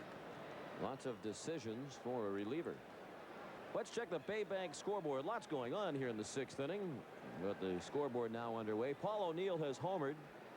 Melito Perez with relief help from Steve Howe and Bob Wickman shutting out the Angels at 2-0. Now in the 9th inning at Yankee Stadium. Baltimore is pounding Oakland. The Athletics on their way to the end of their winning streak, which will end at 5 games. Chris Hoyle's a 3-run homer. Bobby Witt's shutout string ended in that game. Rain delay in Detroit with the Tigers leading 7-3 in the 7th. Junior Felix and Cecil Fielder home runs, number 20 for Fielder. Kansas City and Toronto are in the bottom of the 7th at Skydome. 4-3 Royals. Bob Hamlin 2 home runs in that game. We'll check more scores during the inning. Tying run is at second. Andre Dawson there after a double on the heels of a home run by Valentin. 2-1 Seattle. 7-6 the hits for Seattle. Each team has made an error. Bernansky's 0 for 1. Risley induces a swing and a miss. Bruno walked in the second, reached on an error by the third baseman Martinez in the 4th.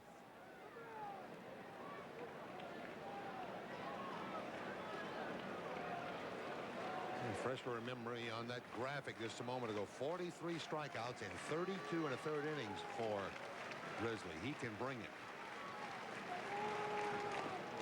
Brings that high. We started to say as Dawson was swinging, the unassisted triple play turned by Valentin in the top of this inning.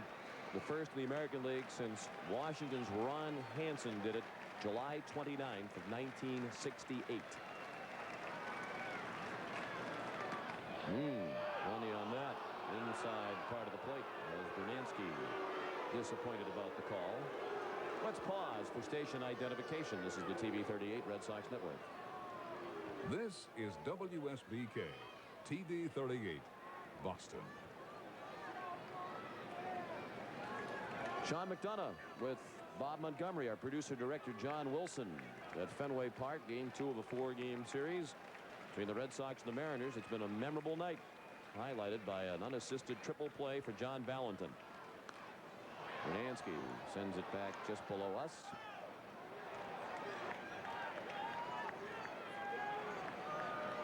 And Valentin followed the unassisted triple play in the top of this inning with a home run leading off the inning.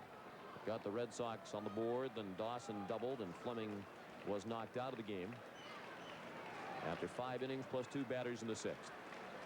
Fleming gave up 6 hits and 1 run. He's responsible for Dawson. He walked 2 and fanned 4. Brunansky to deep left, hooking toward the pole. It is a home run.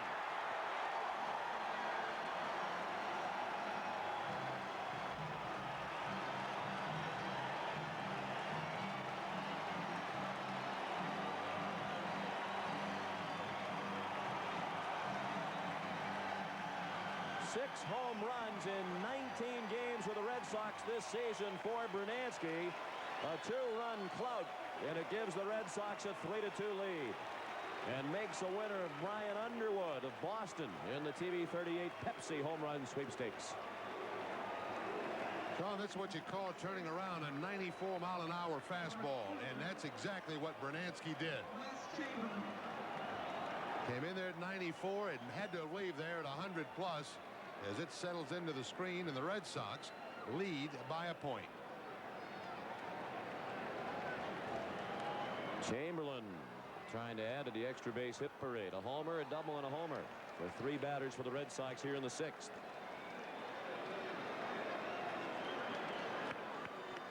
Hits now even at 7 apiece.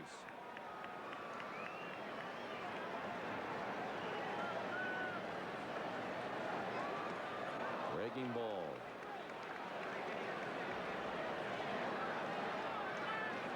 Oh, 2 on Chamberlain.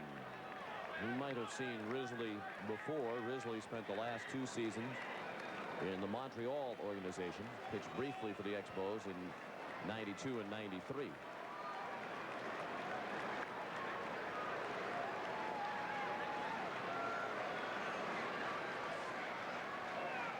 Whoa. High heat, and Chamberlain is the first out of the inning. Second time Wes has fanned tonight. He's now 1 for 3. Playing third base, Scott Cook.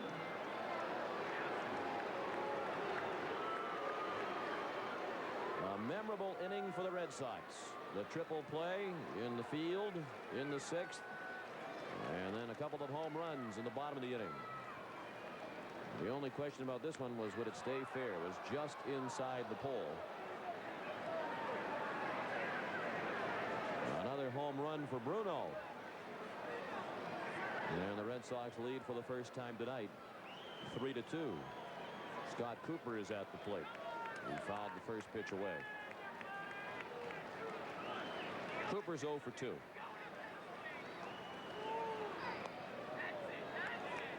I'm going to tell when Brunansky or any other hitter is really hot. We don't normally see Brunansky hit pitches up in that area in that fashion where he gets the head of the bat out that quick. You throw it down a little bit, about thigh high, top of the knees. Yeah, he'll get the bat on it and drive it like that. Brunansky, since, as you mentioned, Sean, since coming over from Milwaukee, has just been on a round trip or tear. You can't hit a baseball much harder than that one. That would have got another windshield if that net had been there. Or maybe a window and a windshield. Maybe the ball carries better in the fog. I don't know if there have been any studies. That ball needed no assist. No. Cooper, slow roller to second. Let's check more scores for you on the Baybank scoreboard. Chicago is at Milwaukee tonight. Julio Franco is at a home run, his 14th. Matt Mieske is homered for the Brewers. And Chicago has a 6-2 lead in the 5th inning behind Jason Beret. Cleveland got 4 runs in the 6th to make a game of it at Minnesota. Shane Mack is at a grand slam in that ball game. Over in the National League this afternoon, Chicago on a home run by Mark Grace in the 11th beat Houston 6-5. Rich Rowland is at bat. Colorado and Florida playing tonight. Marlins have a 1-run lead. Gary Sheffield, Jeff Conine have homered. Cincinnati got 8 runs in the 3rd inning. Now lead Pittsburgh 9-4. Thomas Howard and Eddie Taubensee have homered for the Reds. A ball low. St. Louis leads Atlanta 2-0 behind Bob Tewksbury. He's out dueling Greg Maddux. What an appealing pitching matchup. Montreal is at San Diego, just underway. New York is at Los Angeles, and Philadelphia is at San Francisco. That's tonight's Baybank scoreboard update. St. Louis behind Tewksbury, trying to end a 5-game losing streak. Roland in the driver's seat at 3-0. Red Sox lead here 3-2 in the 6th. The game delayed by rain for an hour and 3 minutes at the start, but for the sellout crowd on hand, it was worth the wait. 3 balls and a strike. Grizzly was claimed on waivers by Seattle from Montreal during spring training. Started his career in the Cincinnati Reds organization. Was a 14th round draft pick of the Reds back in June of '87. Roland trying to make it 3 home runs in the inning. High and deep to left and gone.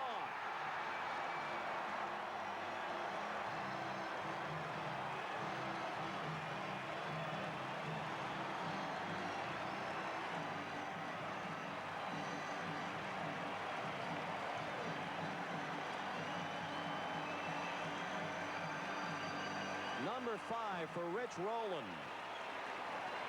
3rd Red Sox home run here in the 6th inning. And Frank Johnson of Fitchburg is the winner in the TV 38 Pepsi home run sweepstakes. Rich Roland gets a 3-1 pitch and puts it right on a tee. That ball just about knee high, maybe a little bit lower than that, and high up into the screen she goes in left field. Grizzly now has given up 6 home runs on the year in those 32 and a third innings that I mentioned. You mentioned 6 wins, a lot for a reliever, and that's all Risley has done. He's 6-4, also has 6 losses. 4 losses. Lou Piniella doesn't seem particularly pleased at the moment. Tough to blame him. I don't think I'd want to be the pitching coach if the manager's going to kind of get agitated with you when the pitcher gives up a couple of home run balls. You saw Goose Gossage warming up.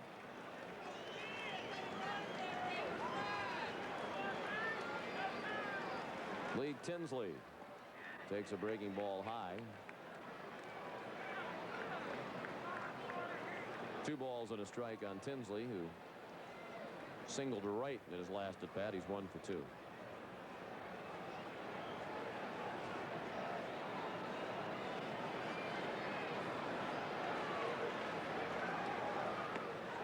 Grizzlies had kind of an interesting career. Made his major league debut in 1992 for Montreal. When that season was over, he had 1 day of major league service and 1 major league win. Was only up for 1 day for Montreal in '92. Made his debut in July against Los Angeles. Beat them. Went right back to the minors. You may recall that the Expos in July of 1992 had to play 3 doubleheaders in a row at Los Angeles. And Risley was activated before the 2nd game of the last doubleheader on July 8th. Started, beat Pedro Estacio, and went back to the minors. He had an incredible 1-day odyssey, really. Set some sort of unofficial record for longest distance traveled in 1 day to get his first major league win in the shortest time on the roster. He woke up that morning in Buffalo. He was with the AAA Indianapolis club. Flew to Los Angeles, 2,200 miles. Reported at Dodger Stadium in time for the 2nd game of that doubleheader. Was activated just before game time. Pitched 5 innings. Won the game 4-1. Left the ballpark. Went back to the airport. Flew back to Indianapolis that night. A trip of 1,800 miles. So in 1 day, he had a win, no losses. Spent 3 hours and 6 minutes in the majors. Flew 4,000 miles. 6 time zone changes. 4 taxis, which they estimated cost him $85 plus tips. Quite a day for Risley. That was a day you'll never forget. He just had an inning he'd like to forget. He came in and gave up 2 of the 3 home runs hit by the Red Sox in the inning. A memorable inning for the Red Sox, particularly John Valentin. The triple play unassisted for Valentin on the top of the inning. Then his home run ignited a 4-run rally. 3 home runs in the inning for Valentin, Bernansky, and Rowland, and the Red Sox now lead 4-2. Can you name the 2 players? Three dealers. Seattle took a 1-0 lead in the 3rd on an RBI triple by Ken Griffey Jr. They scored an unearned run in the 5th to make it 2-0. And John Valentin atoned for the error that led to the unearned run with an unassisted triple play. And then in the bottom of the inning, 3 home runs. Valentin started it leading off the inning. Bernansky had a 2-run homer to give the Red Sox the lead. Rich Rowland added a solo shot, and it's 4-2 Red Sox. And Chris Nabholz has a chance to pick up his first Red Sox win and his first American League win. He's facing Bill Hasselman, who reached on the Valentin throwing error and scored the unearned run in the 5th. He's 0 for 2, bounced into a 5-4-3 double play in the 2nd. Hasselman, Rodriguez, and Terang, batters 8, 9, and 1, due up against Nabholz, who appeared to be close to being removed last inning by Butch Hobson when the first 2 men reached. Hobson, after a conference of the mound, left him in, and Newfield hit a line drive with the runners going.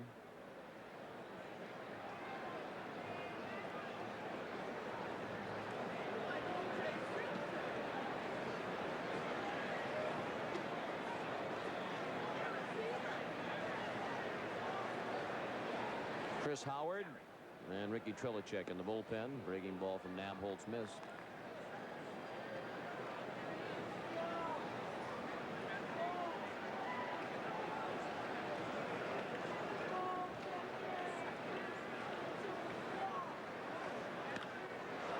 To right field and pretty well hit. Chamberlain doing a spin, made the catch and hit the wall. 1 out in the 7th. Hasselman hit a long way to the opposite field. And one thing we've learned about Wes is he doesn't inspire much confidence on the part of the Red Sox fans as he goes after a lot of fly balls, but he catches them. His initial turn was the wrong way and then had to make up for that. Usually if you see outfielders get into that backpedaling mode, they're in a bit of trouble, but Wes recovered and made the catch. And John, you're right, that ball was hit really a long way by Hasselman. Opposite field shot. Now Alex Rodriguez. Well, he's going to remember his major league debut for a number of reasons, including the unassisted triple play.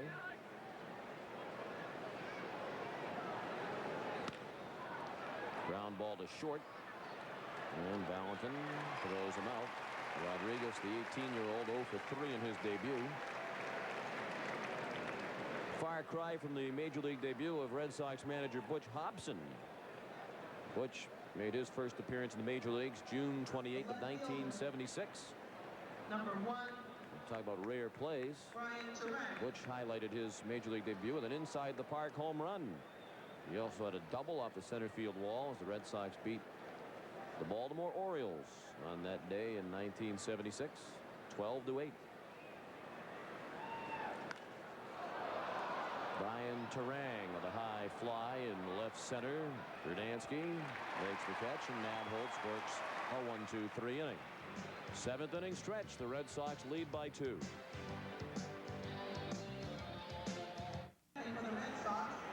Seventh inning stretch. Red Sox lead 4-2. And talking about the unassisted triple plays, the unassisted triple play by Valentin, just the 3rd in the major league since 1927. You mentioned it's the 9th unassisted triple play in major league history. Most of those were a long time ago. You mentioned the last American League unassisted triple play, Ron Hansen of Washington at Cleveland, July of 1968. Mickey Morandini, last major leaguer to do it prior to tonight, for Philadelphia at Pittsburgh, September 20th of 1992. There's an unassisted triple play by Bill Wamsgans in 1920 in the World Series. So the folks who came here tonight saw something that very few have seen in the long history of this great game. Scott Fletcher, 2 for 3, a couple of singles, and last time up he bounced into a double play. Facing reliever Bill Risley, 27-year-old from Chicago. Fletcher a fly ball. Terang started back, now a long way in to make the catch, about belt high.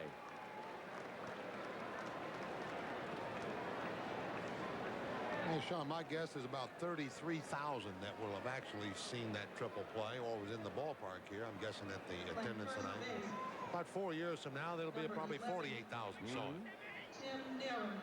It seemed like it took a while for I it think to sink in. I'm going to be honest with you. As casual as he was running toward the dugout, I thought I'd forgotten how that Well, there I were no looked outs. out at my scorecard before I said it because it just happened so nonchalantly. And then I thought perhaps he was going to come over to first and just touch the bag. But then when I saw him toss the ball to the middle of the house, I said, wait a minute. We have just seen an unassisted triple play. Tim Naring, 0 for 3 tonight. Red Sox lead 4-2 in the 7th inning.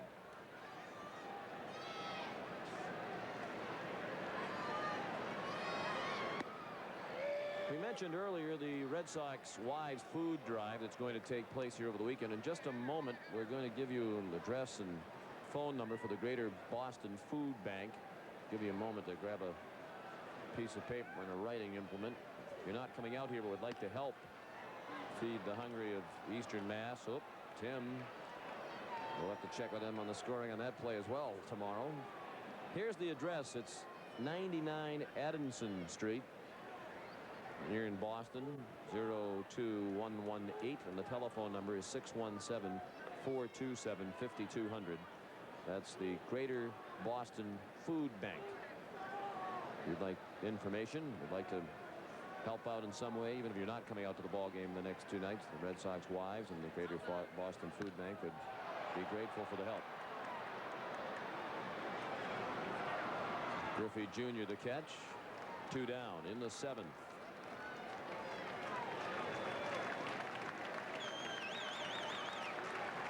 And the hand is for John Valentin.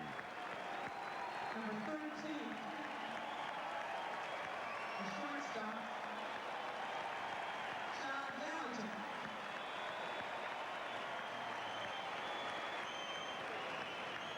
The unassisted triple play in the top of the 6th. Then he led off the bottom of the inning with a home run. They got the Red Sox off and running to the 4-run 6 that has given them a 4-2 lead. 2 of the runs charged to Fleming, the other 2 to Risley. Risley and Nabholz are the pitchers of record. Fleming worked 5 innings plus 2 batters in the 6th. He gave up 2 runs on 6 hits, walked 2, struck out 4 through 95 pitches, 55 of them strikes.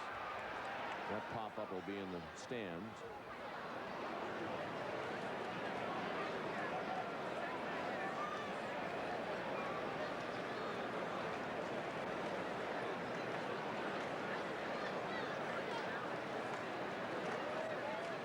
Through the fog and just over the wall.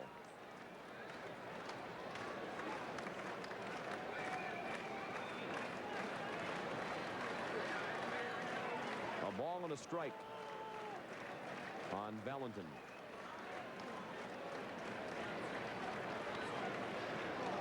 Breaking ball up and in.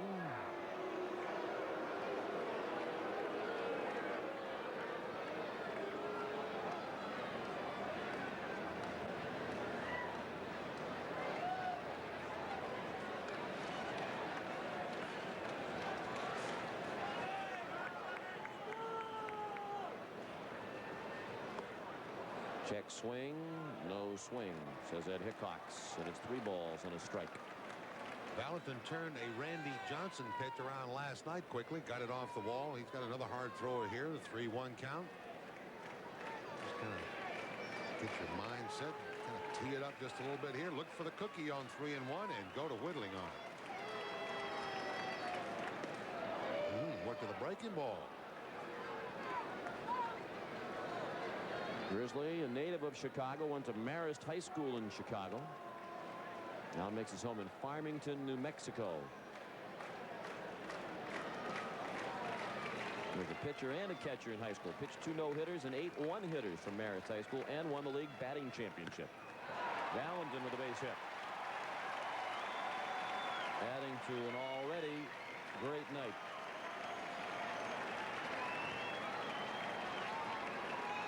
He's the front runner right now for our Budweiser player of the game. Looks like a breaking ball here, kind of a hanging. John hangs it out to left field on a line. I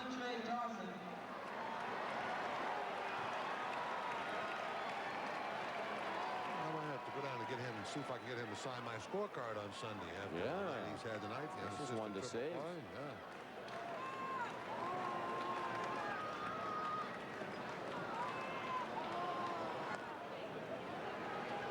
He might want to keep the scorecard. I'll make him a copy. Earlier in the year, I gave Scott Cooper the scorecard in the game in Kansas City in which he hit for the cycle. Andre Dawson doubled right after the Valentin home run and scored on the home run by Brunansky last inning. Andre's 1 for 3. Pops it up very high.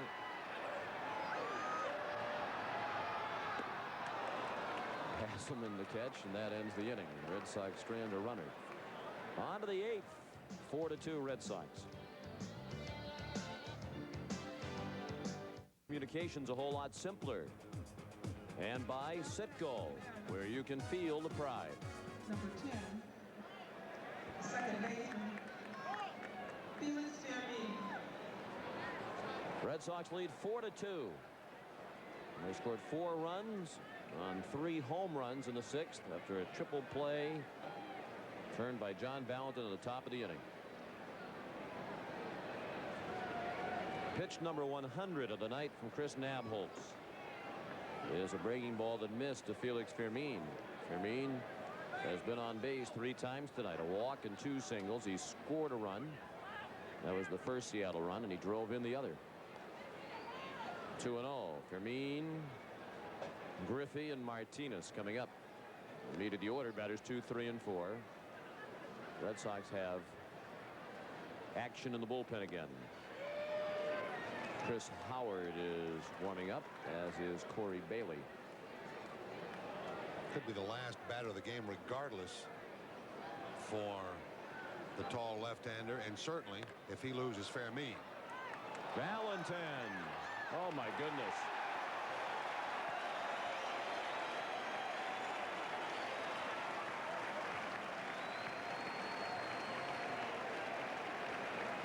Will you make him the player of the game now? Oh, yeah. Are you convinced? He's got it.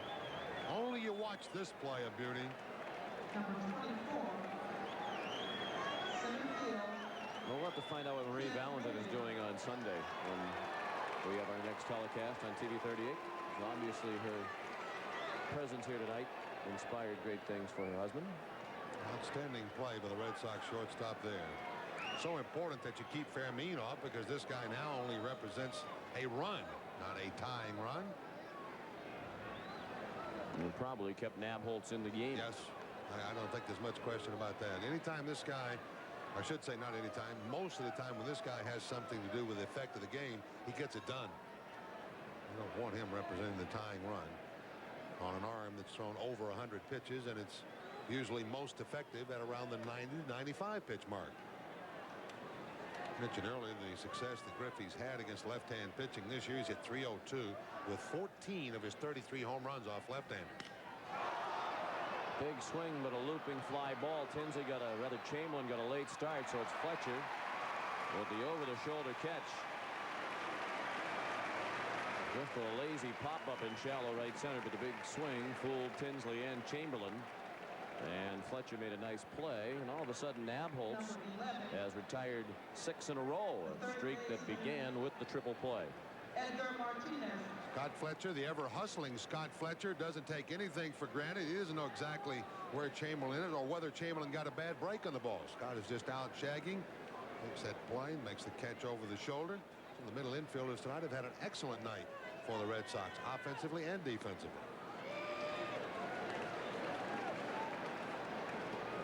Edgar Martinez 0 for 2 with the first inning walk.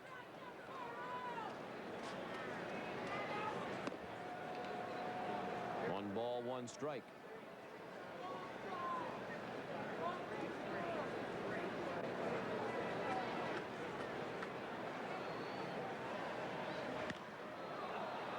play in right. Yankees beat California tonight 4-3. And Baltimore is pounding Oakland 13-1, so the Yankees will remain a game and a half ahead of the Orioles. And the Red Sox will need to win to remain 9.5 behind the first place Yankees. The 1-2. Well, there are 33,355 folks who will be able to say that they were on hand when the 9th unassisted triple play in Major League Baseball history was pulled off by John Valentin. 33,355 the attendance here tonight. But if they were honest, 33,000 of them would have to tell you they didn't know it was a triple play. Yeah, there was not a big fan reaction. Really not even a big reaction here in the booth, as we called it, because it happened so quickly. It is such a rarity. Caught everybody off guard. And the other part of it, as we said, was that it was done so casually by Valentin. Tinsley has room and makes the catch in front of the warning track. A 1-2-3 for Nabholz. He's now on his best streak of the ball game. He set down 7 in a row. 4-2 Red Sox as we head to the bottom of the 8th. Tonight's game is brought to you in part by Budweiser Beechwood, aged for that crisp, clean, classic taste. And by the 9X Yellow Pages. More information, more solutions, more stuff. New pitcher for the Seattle Mariners. We'll tell you about Goose Gossage after we remind you that the Ronald McDonald Children's Charities Program, Pitching In for Kids, will donate $2,000 in the name of tonight's winning pitcher to a Sporting Chance Boston's baseball camps. Baseball camps program provides athletic activities for underprivileged youth and develops leadership skills. And certainly no youth is Goose Gossage on the mound at age 43. He was picked up by the Mariners right at the end of spring training when he was released by the Athletics, currently 4th the all-time save list with 309. He has 2 wins and no losses this year and no saves. 23 strikeouts in 35 innings, and talking to a couple of scouts who have seen the Seattle Ball Club lately, they tell me Gossage is throwing the ball pretty crisply. Once again, he'll get it up to 88. Once in a while, he'll register a 90-mile-an-hour heater. Used to throw even harder than that. Oh, yeah. As you well know. Yeah, he could get me out sitting in the bullpen, and did a few times. He's one of those relievers that had the size, too, that made him intimidating just to stand in the batter's box and look at him. He has that big kicking motion, arms kind of flailing around. He doesn't give you an awful lot to look at as far as the ball is concerned. Broke into the big leagues in 1972. Did Goose Gossage. He turned 43 earlier this week. Oh, it used to be a great combination when he paired up with a guy named Terry Forster over for the Chicago White Sox. You didn't know which one of those two guys you hated to face most. Tied up Brunansky, who fouled it back to the screen. Bruno hit a home run in his last at bat. It gave the Red Sox a 3-2 lead. A 2-run homer with Andre Dawson aboard. He was the first batter to face the reliever, Bill Risley.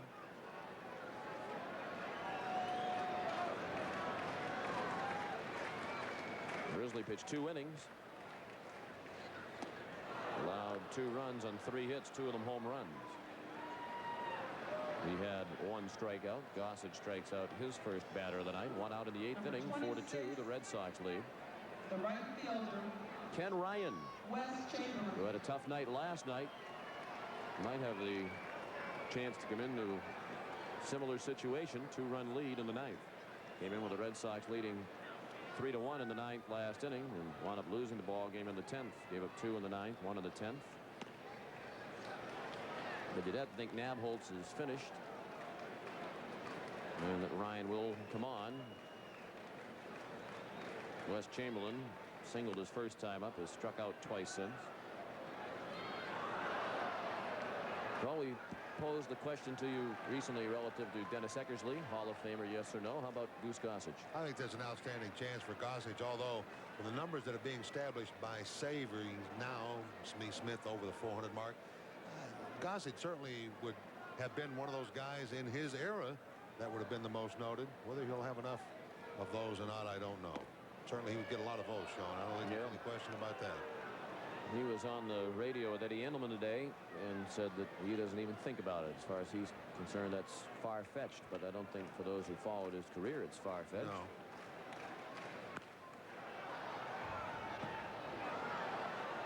And will always be remembered by Red Sox fans as the man who was on the mound at the end of the playoff game between the Red Sox and the Yankees in 1978.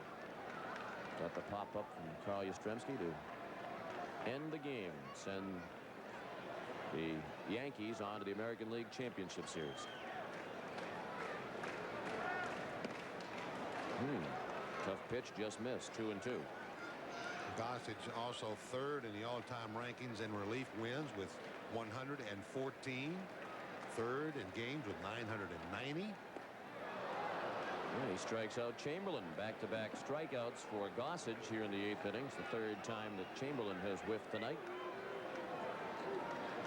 He's displaying a pretty good breaking ball in this particular outing. Drops down a little sideways there and has that bottom kind of fall out of that pitch to Chamberlain. To go along with a fastball that's back up to pretty good speed again. A pretty good breaking ball to go with it.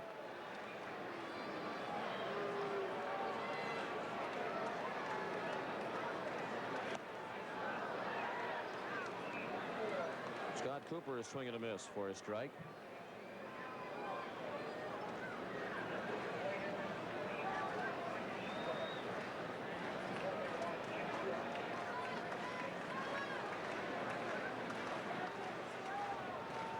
You might be able to hear the announcement in the background on this memorable night at Fenway Park. Dick Bresciani announced the last time the Red Sox hit 3 home runs in 1 inning was September 18th of 1984 at Exhibition Stadium in Toronto, when Dwight Evans, Tony Armas, and Mike Easler all went deep off Jim Gott.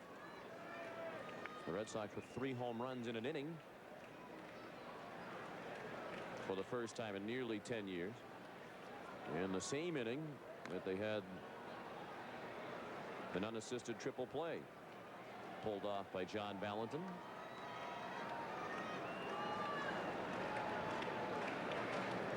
Two and two on Cooper. Gossage trying to strike out the side in the 8th.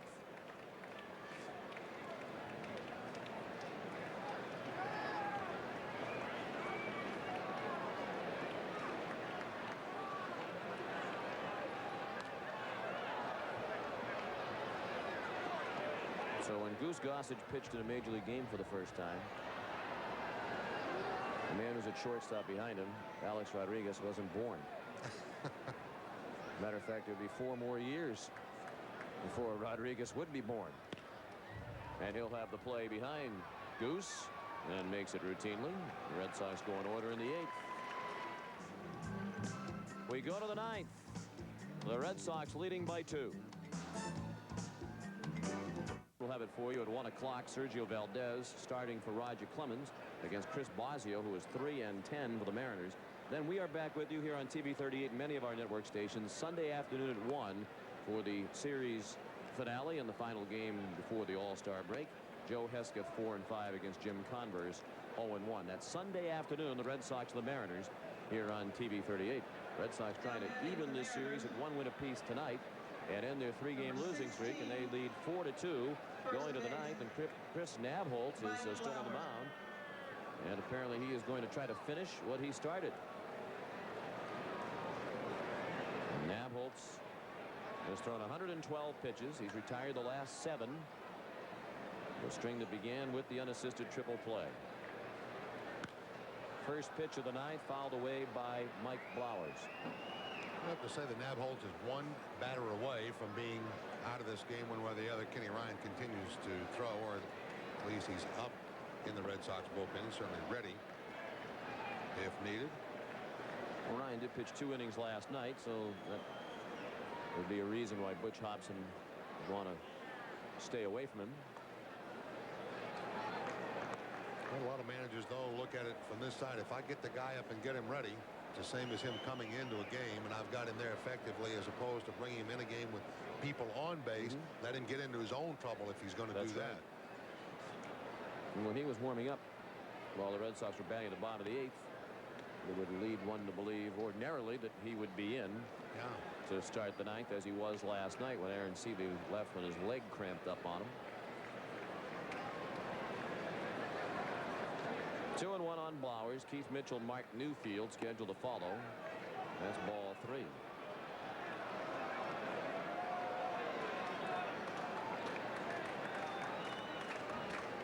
Chris is just going to have to reach back and get a little extra here now if he's got any extra left.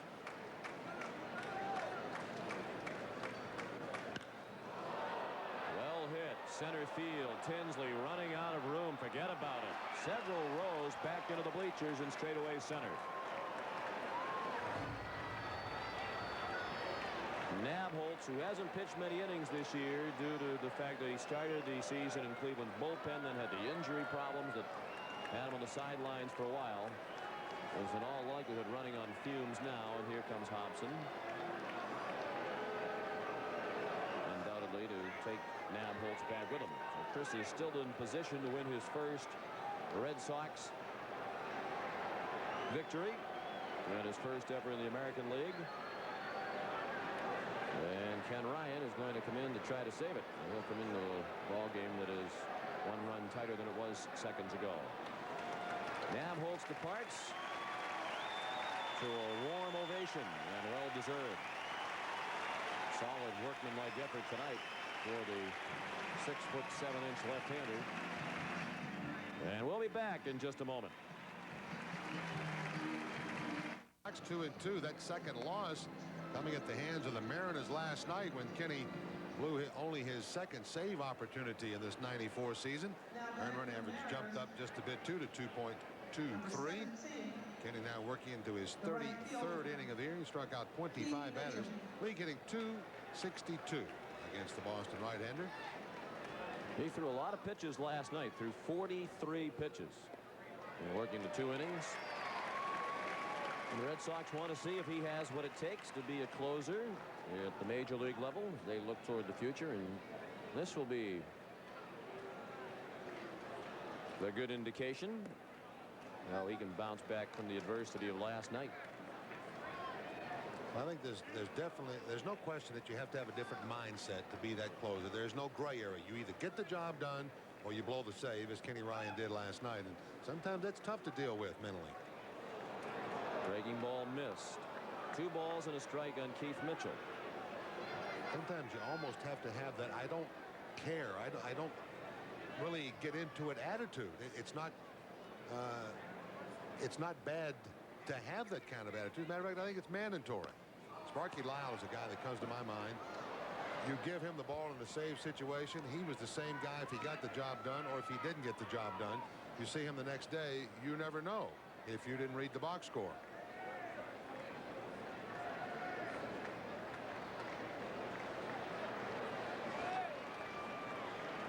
Two balls, 2 strikes. A bullet. Great stop by Cooper. And a throw dug out by Naring, who's had 2 terrific games at first base. What a play by Cooper. That ball was smashed by Mitchell. And the play by the All-Star, with the help from Naring, kept the tying run off base. It's the first out of the 9th inning. Cooper over just a bit guarding the line. He'll have to move to his left quickly to snare this on 1 hop. He'll get up. He'll throw his throw will be a bit low. Scooped up by Tim Naring. He gets out there, stretches out for the short hop. Good play on both ends of that. Outstanding play on both ends. Mark Newfield fouled the first one away. He's the man with the line drive to short with the runners going. In the 6th inning, lined into the triple play. That was in his last at bat. Mariners have had only 1 base runner since on the home run by Blowers. Plenty of smoke on the fastball by Ryan, and Kenny's ahead of Newfield 0-2. The Guns have been getting Kenny 94, 95 miles an hour consistently. I imagine with that pitch up a little high like that one was, it may have even registered a bit higher. The 0-2. Well hit toward the triangle. Tinsley sprinting. Oh, what a catch! What a night for the Red Sox. Tinsley might have injured himself making the acrobatic catch.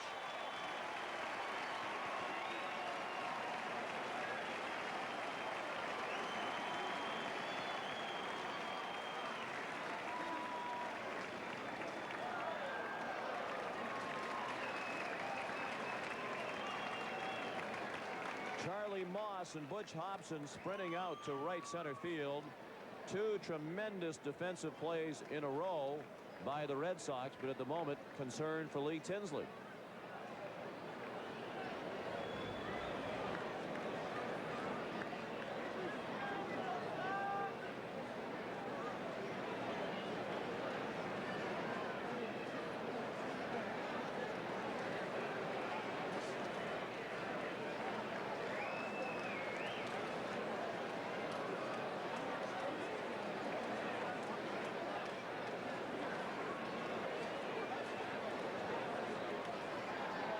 This is a great sight as he's back on his feet. Wonder if he just knocked the wind out. Well, that's what it seemed like, Sean, the way they had picked his legs up, trying to force some air back into his lungs once again. And he certainly hit the ground hard. He was in an all-out effort in a dive to catch that smash. Boy, what leather is being thrown around in this ball game tonight. Oh, yeah, hit so hard that knocked the wind out of himself. He's fine now, bouncing around with no problem. He was running as fast as he could go, totally outstretched, recovering a tremendous amount of ground. A great catch. And Ken Ryan hasn't exactly fooled them here in the ninth, but he's retired both batters he has faced, thanks to the assistance of Cooper, Naring, and Tinsley.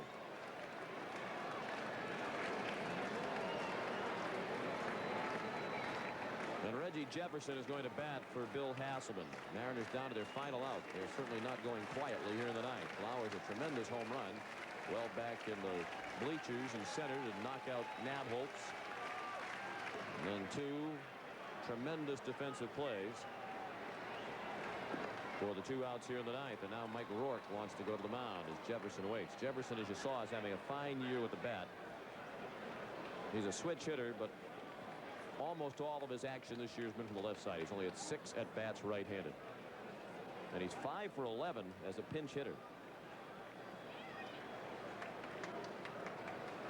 Struggling so much with switch hitting was Jefferson that he abandoned batting from the right side back in May. Tell you what he hasn't done, Sean. He has never struggled against Red Sox pitching. He has absolutely owned them throughout his career. He's 5 for 10 against them this year and 27 for 61 in his career. That's a 4.43 average if I did the math quickly enough. 3 career home runs in those 61 at bats for Jefferson. After the conference between Rourke and Ryan, Ken's ready to go. Red Sox trying to nail down a memorable win. Should it go into the win column? Terrific night of entertainment. Don't put it to the win column yet. Chamberlain at the bullpen. Chamberlain and Tinsley leap, and they caught it. Oh, what a ninth inning. Wes Chamberlain robbed Jefferson of the game-tying home run and slaps high fives at everybody in the bullpen.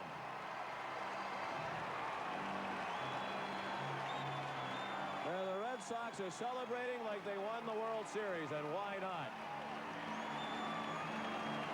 Very few reasons to smile lately for the Red Sox and their fans, but tonight they're all wearing grins from ear to ear. What a night for the Boston Red Sox, and what a dramatic finish. The third tremendous defensive play in succession. Chamberlain had to fight Tinsley for it as well. They were both there, and Chamberlain made the catch.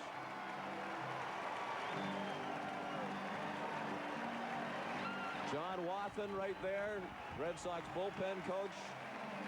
And Ken Ryan had him all the way. No problems at all with the Mariners in the ninth.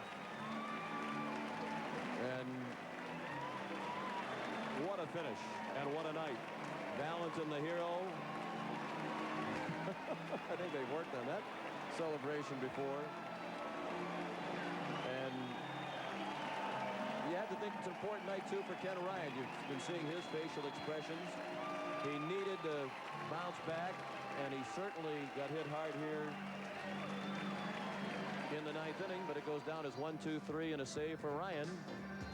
And the Red Sox get the win. Sean, you never know the way they played in this ball game tonight defensively that this ball club was 3 games under 500 coming in. As you mentioned, celebrate. Why not?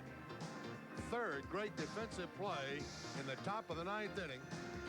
And the Red Sox come out with a 1-run win. Kenny Ryan the save. Didn't seem pleased, and you can understand it. They hit rockets off him in 3 consecutive at-bats, but he got the save. And the Red Sox get the win. What a night. 4-3 the final.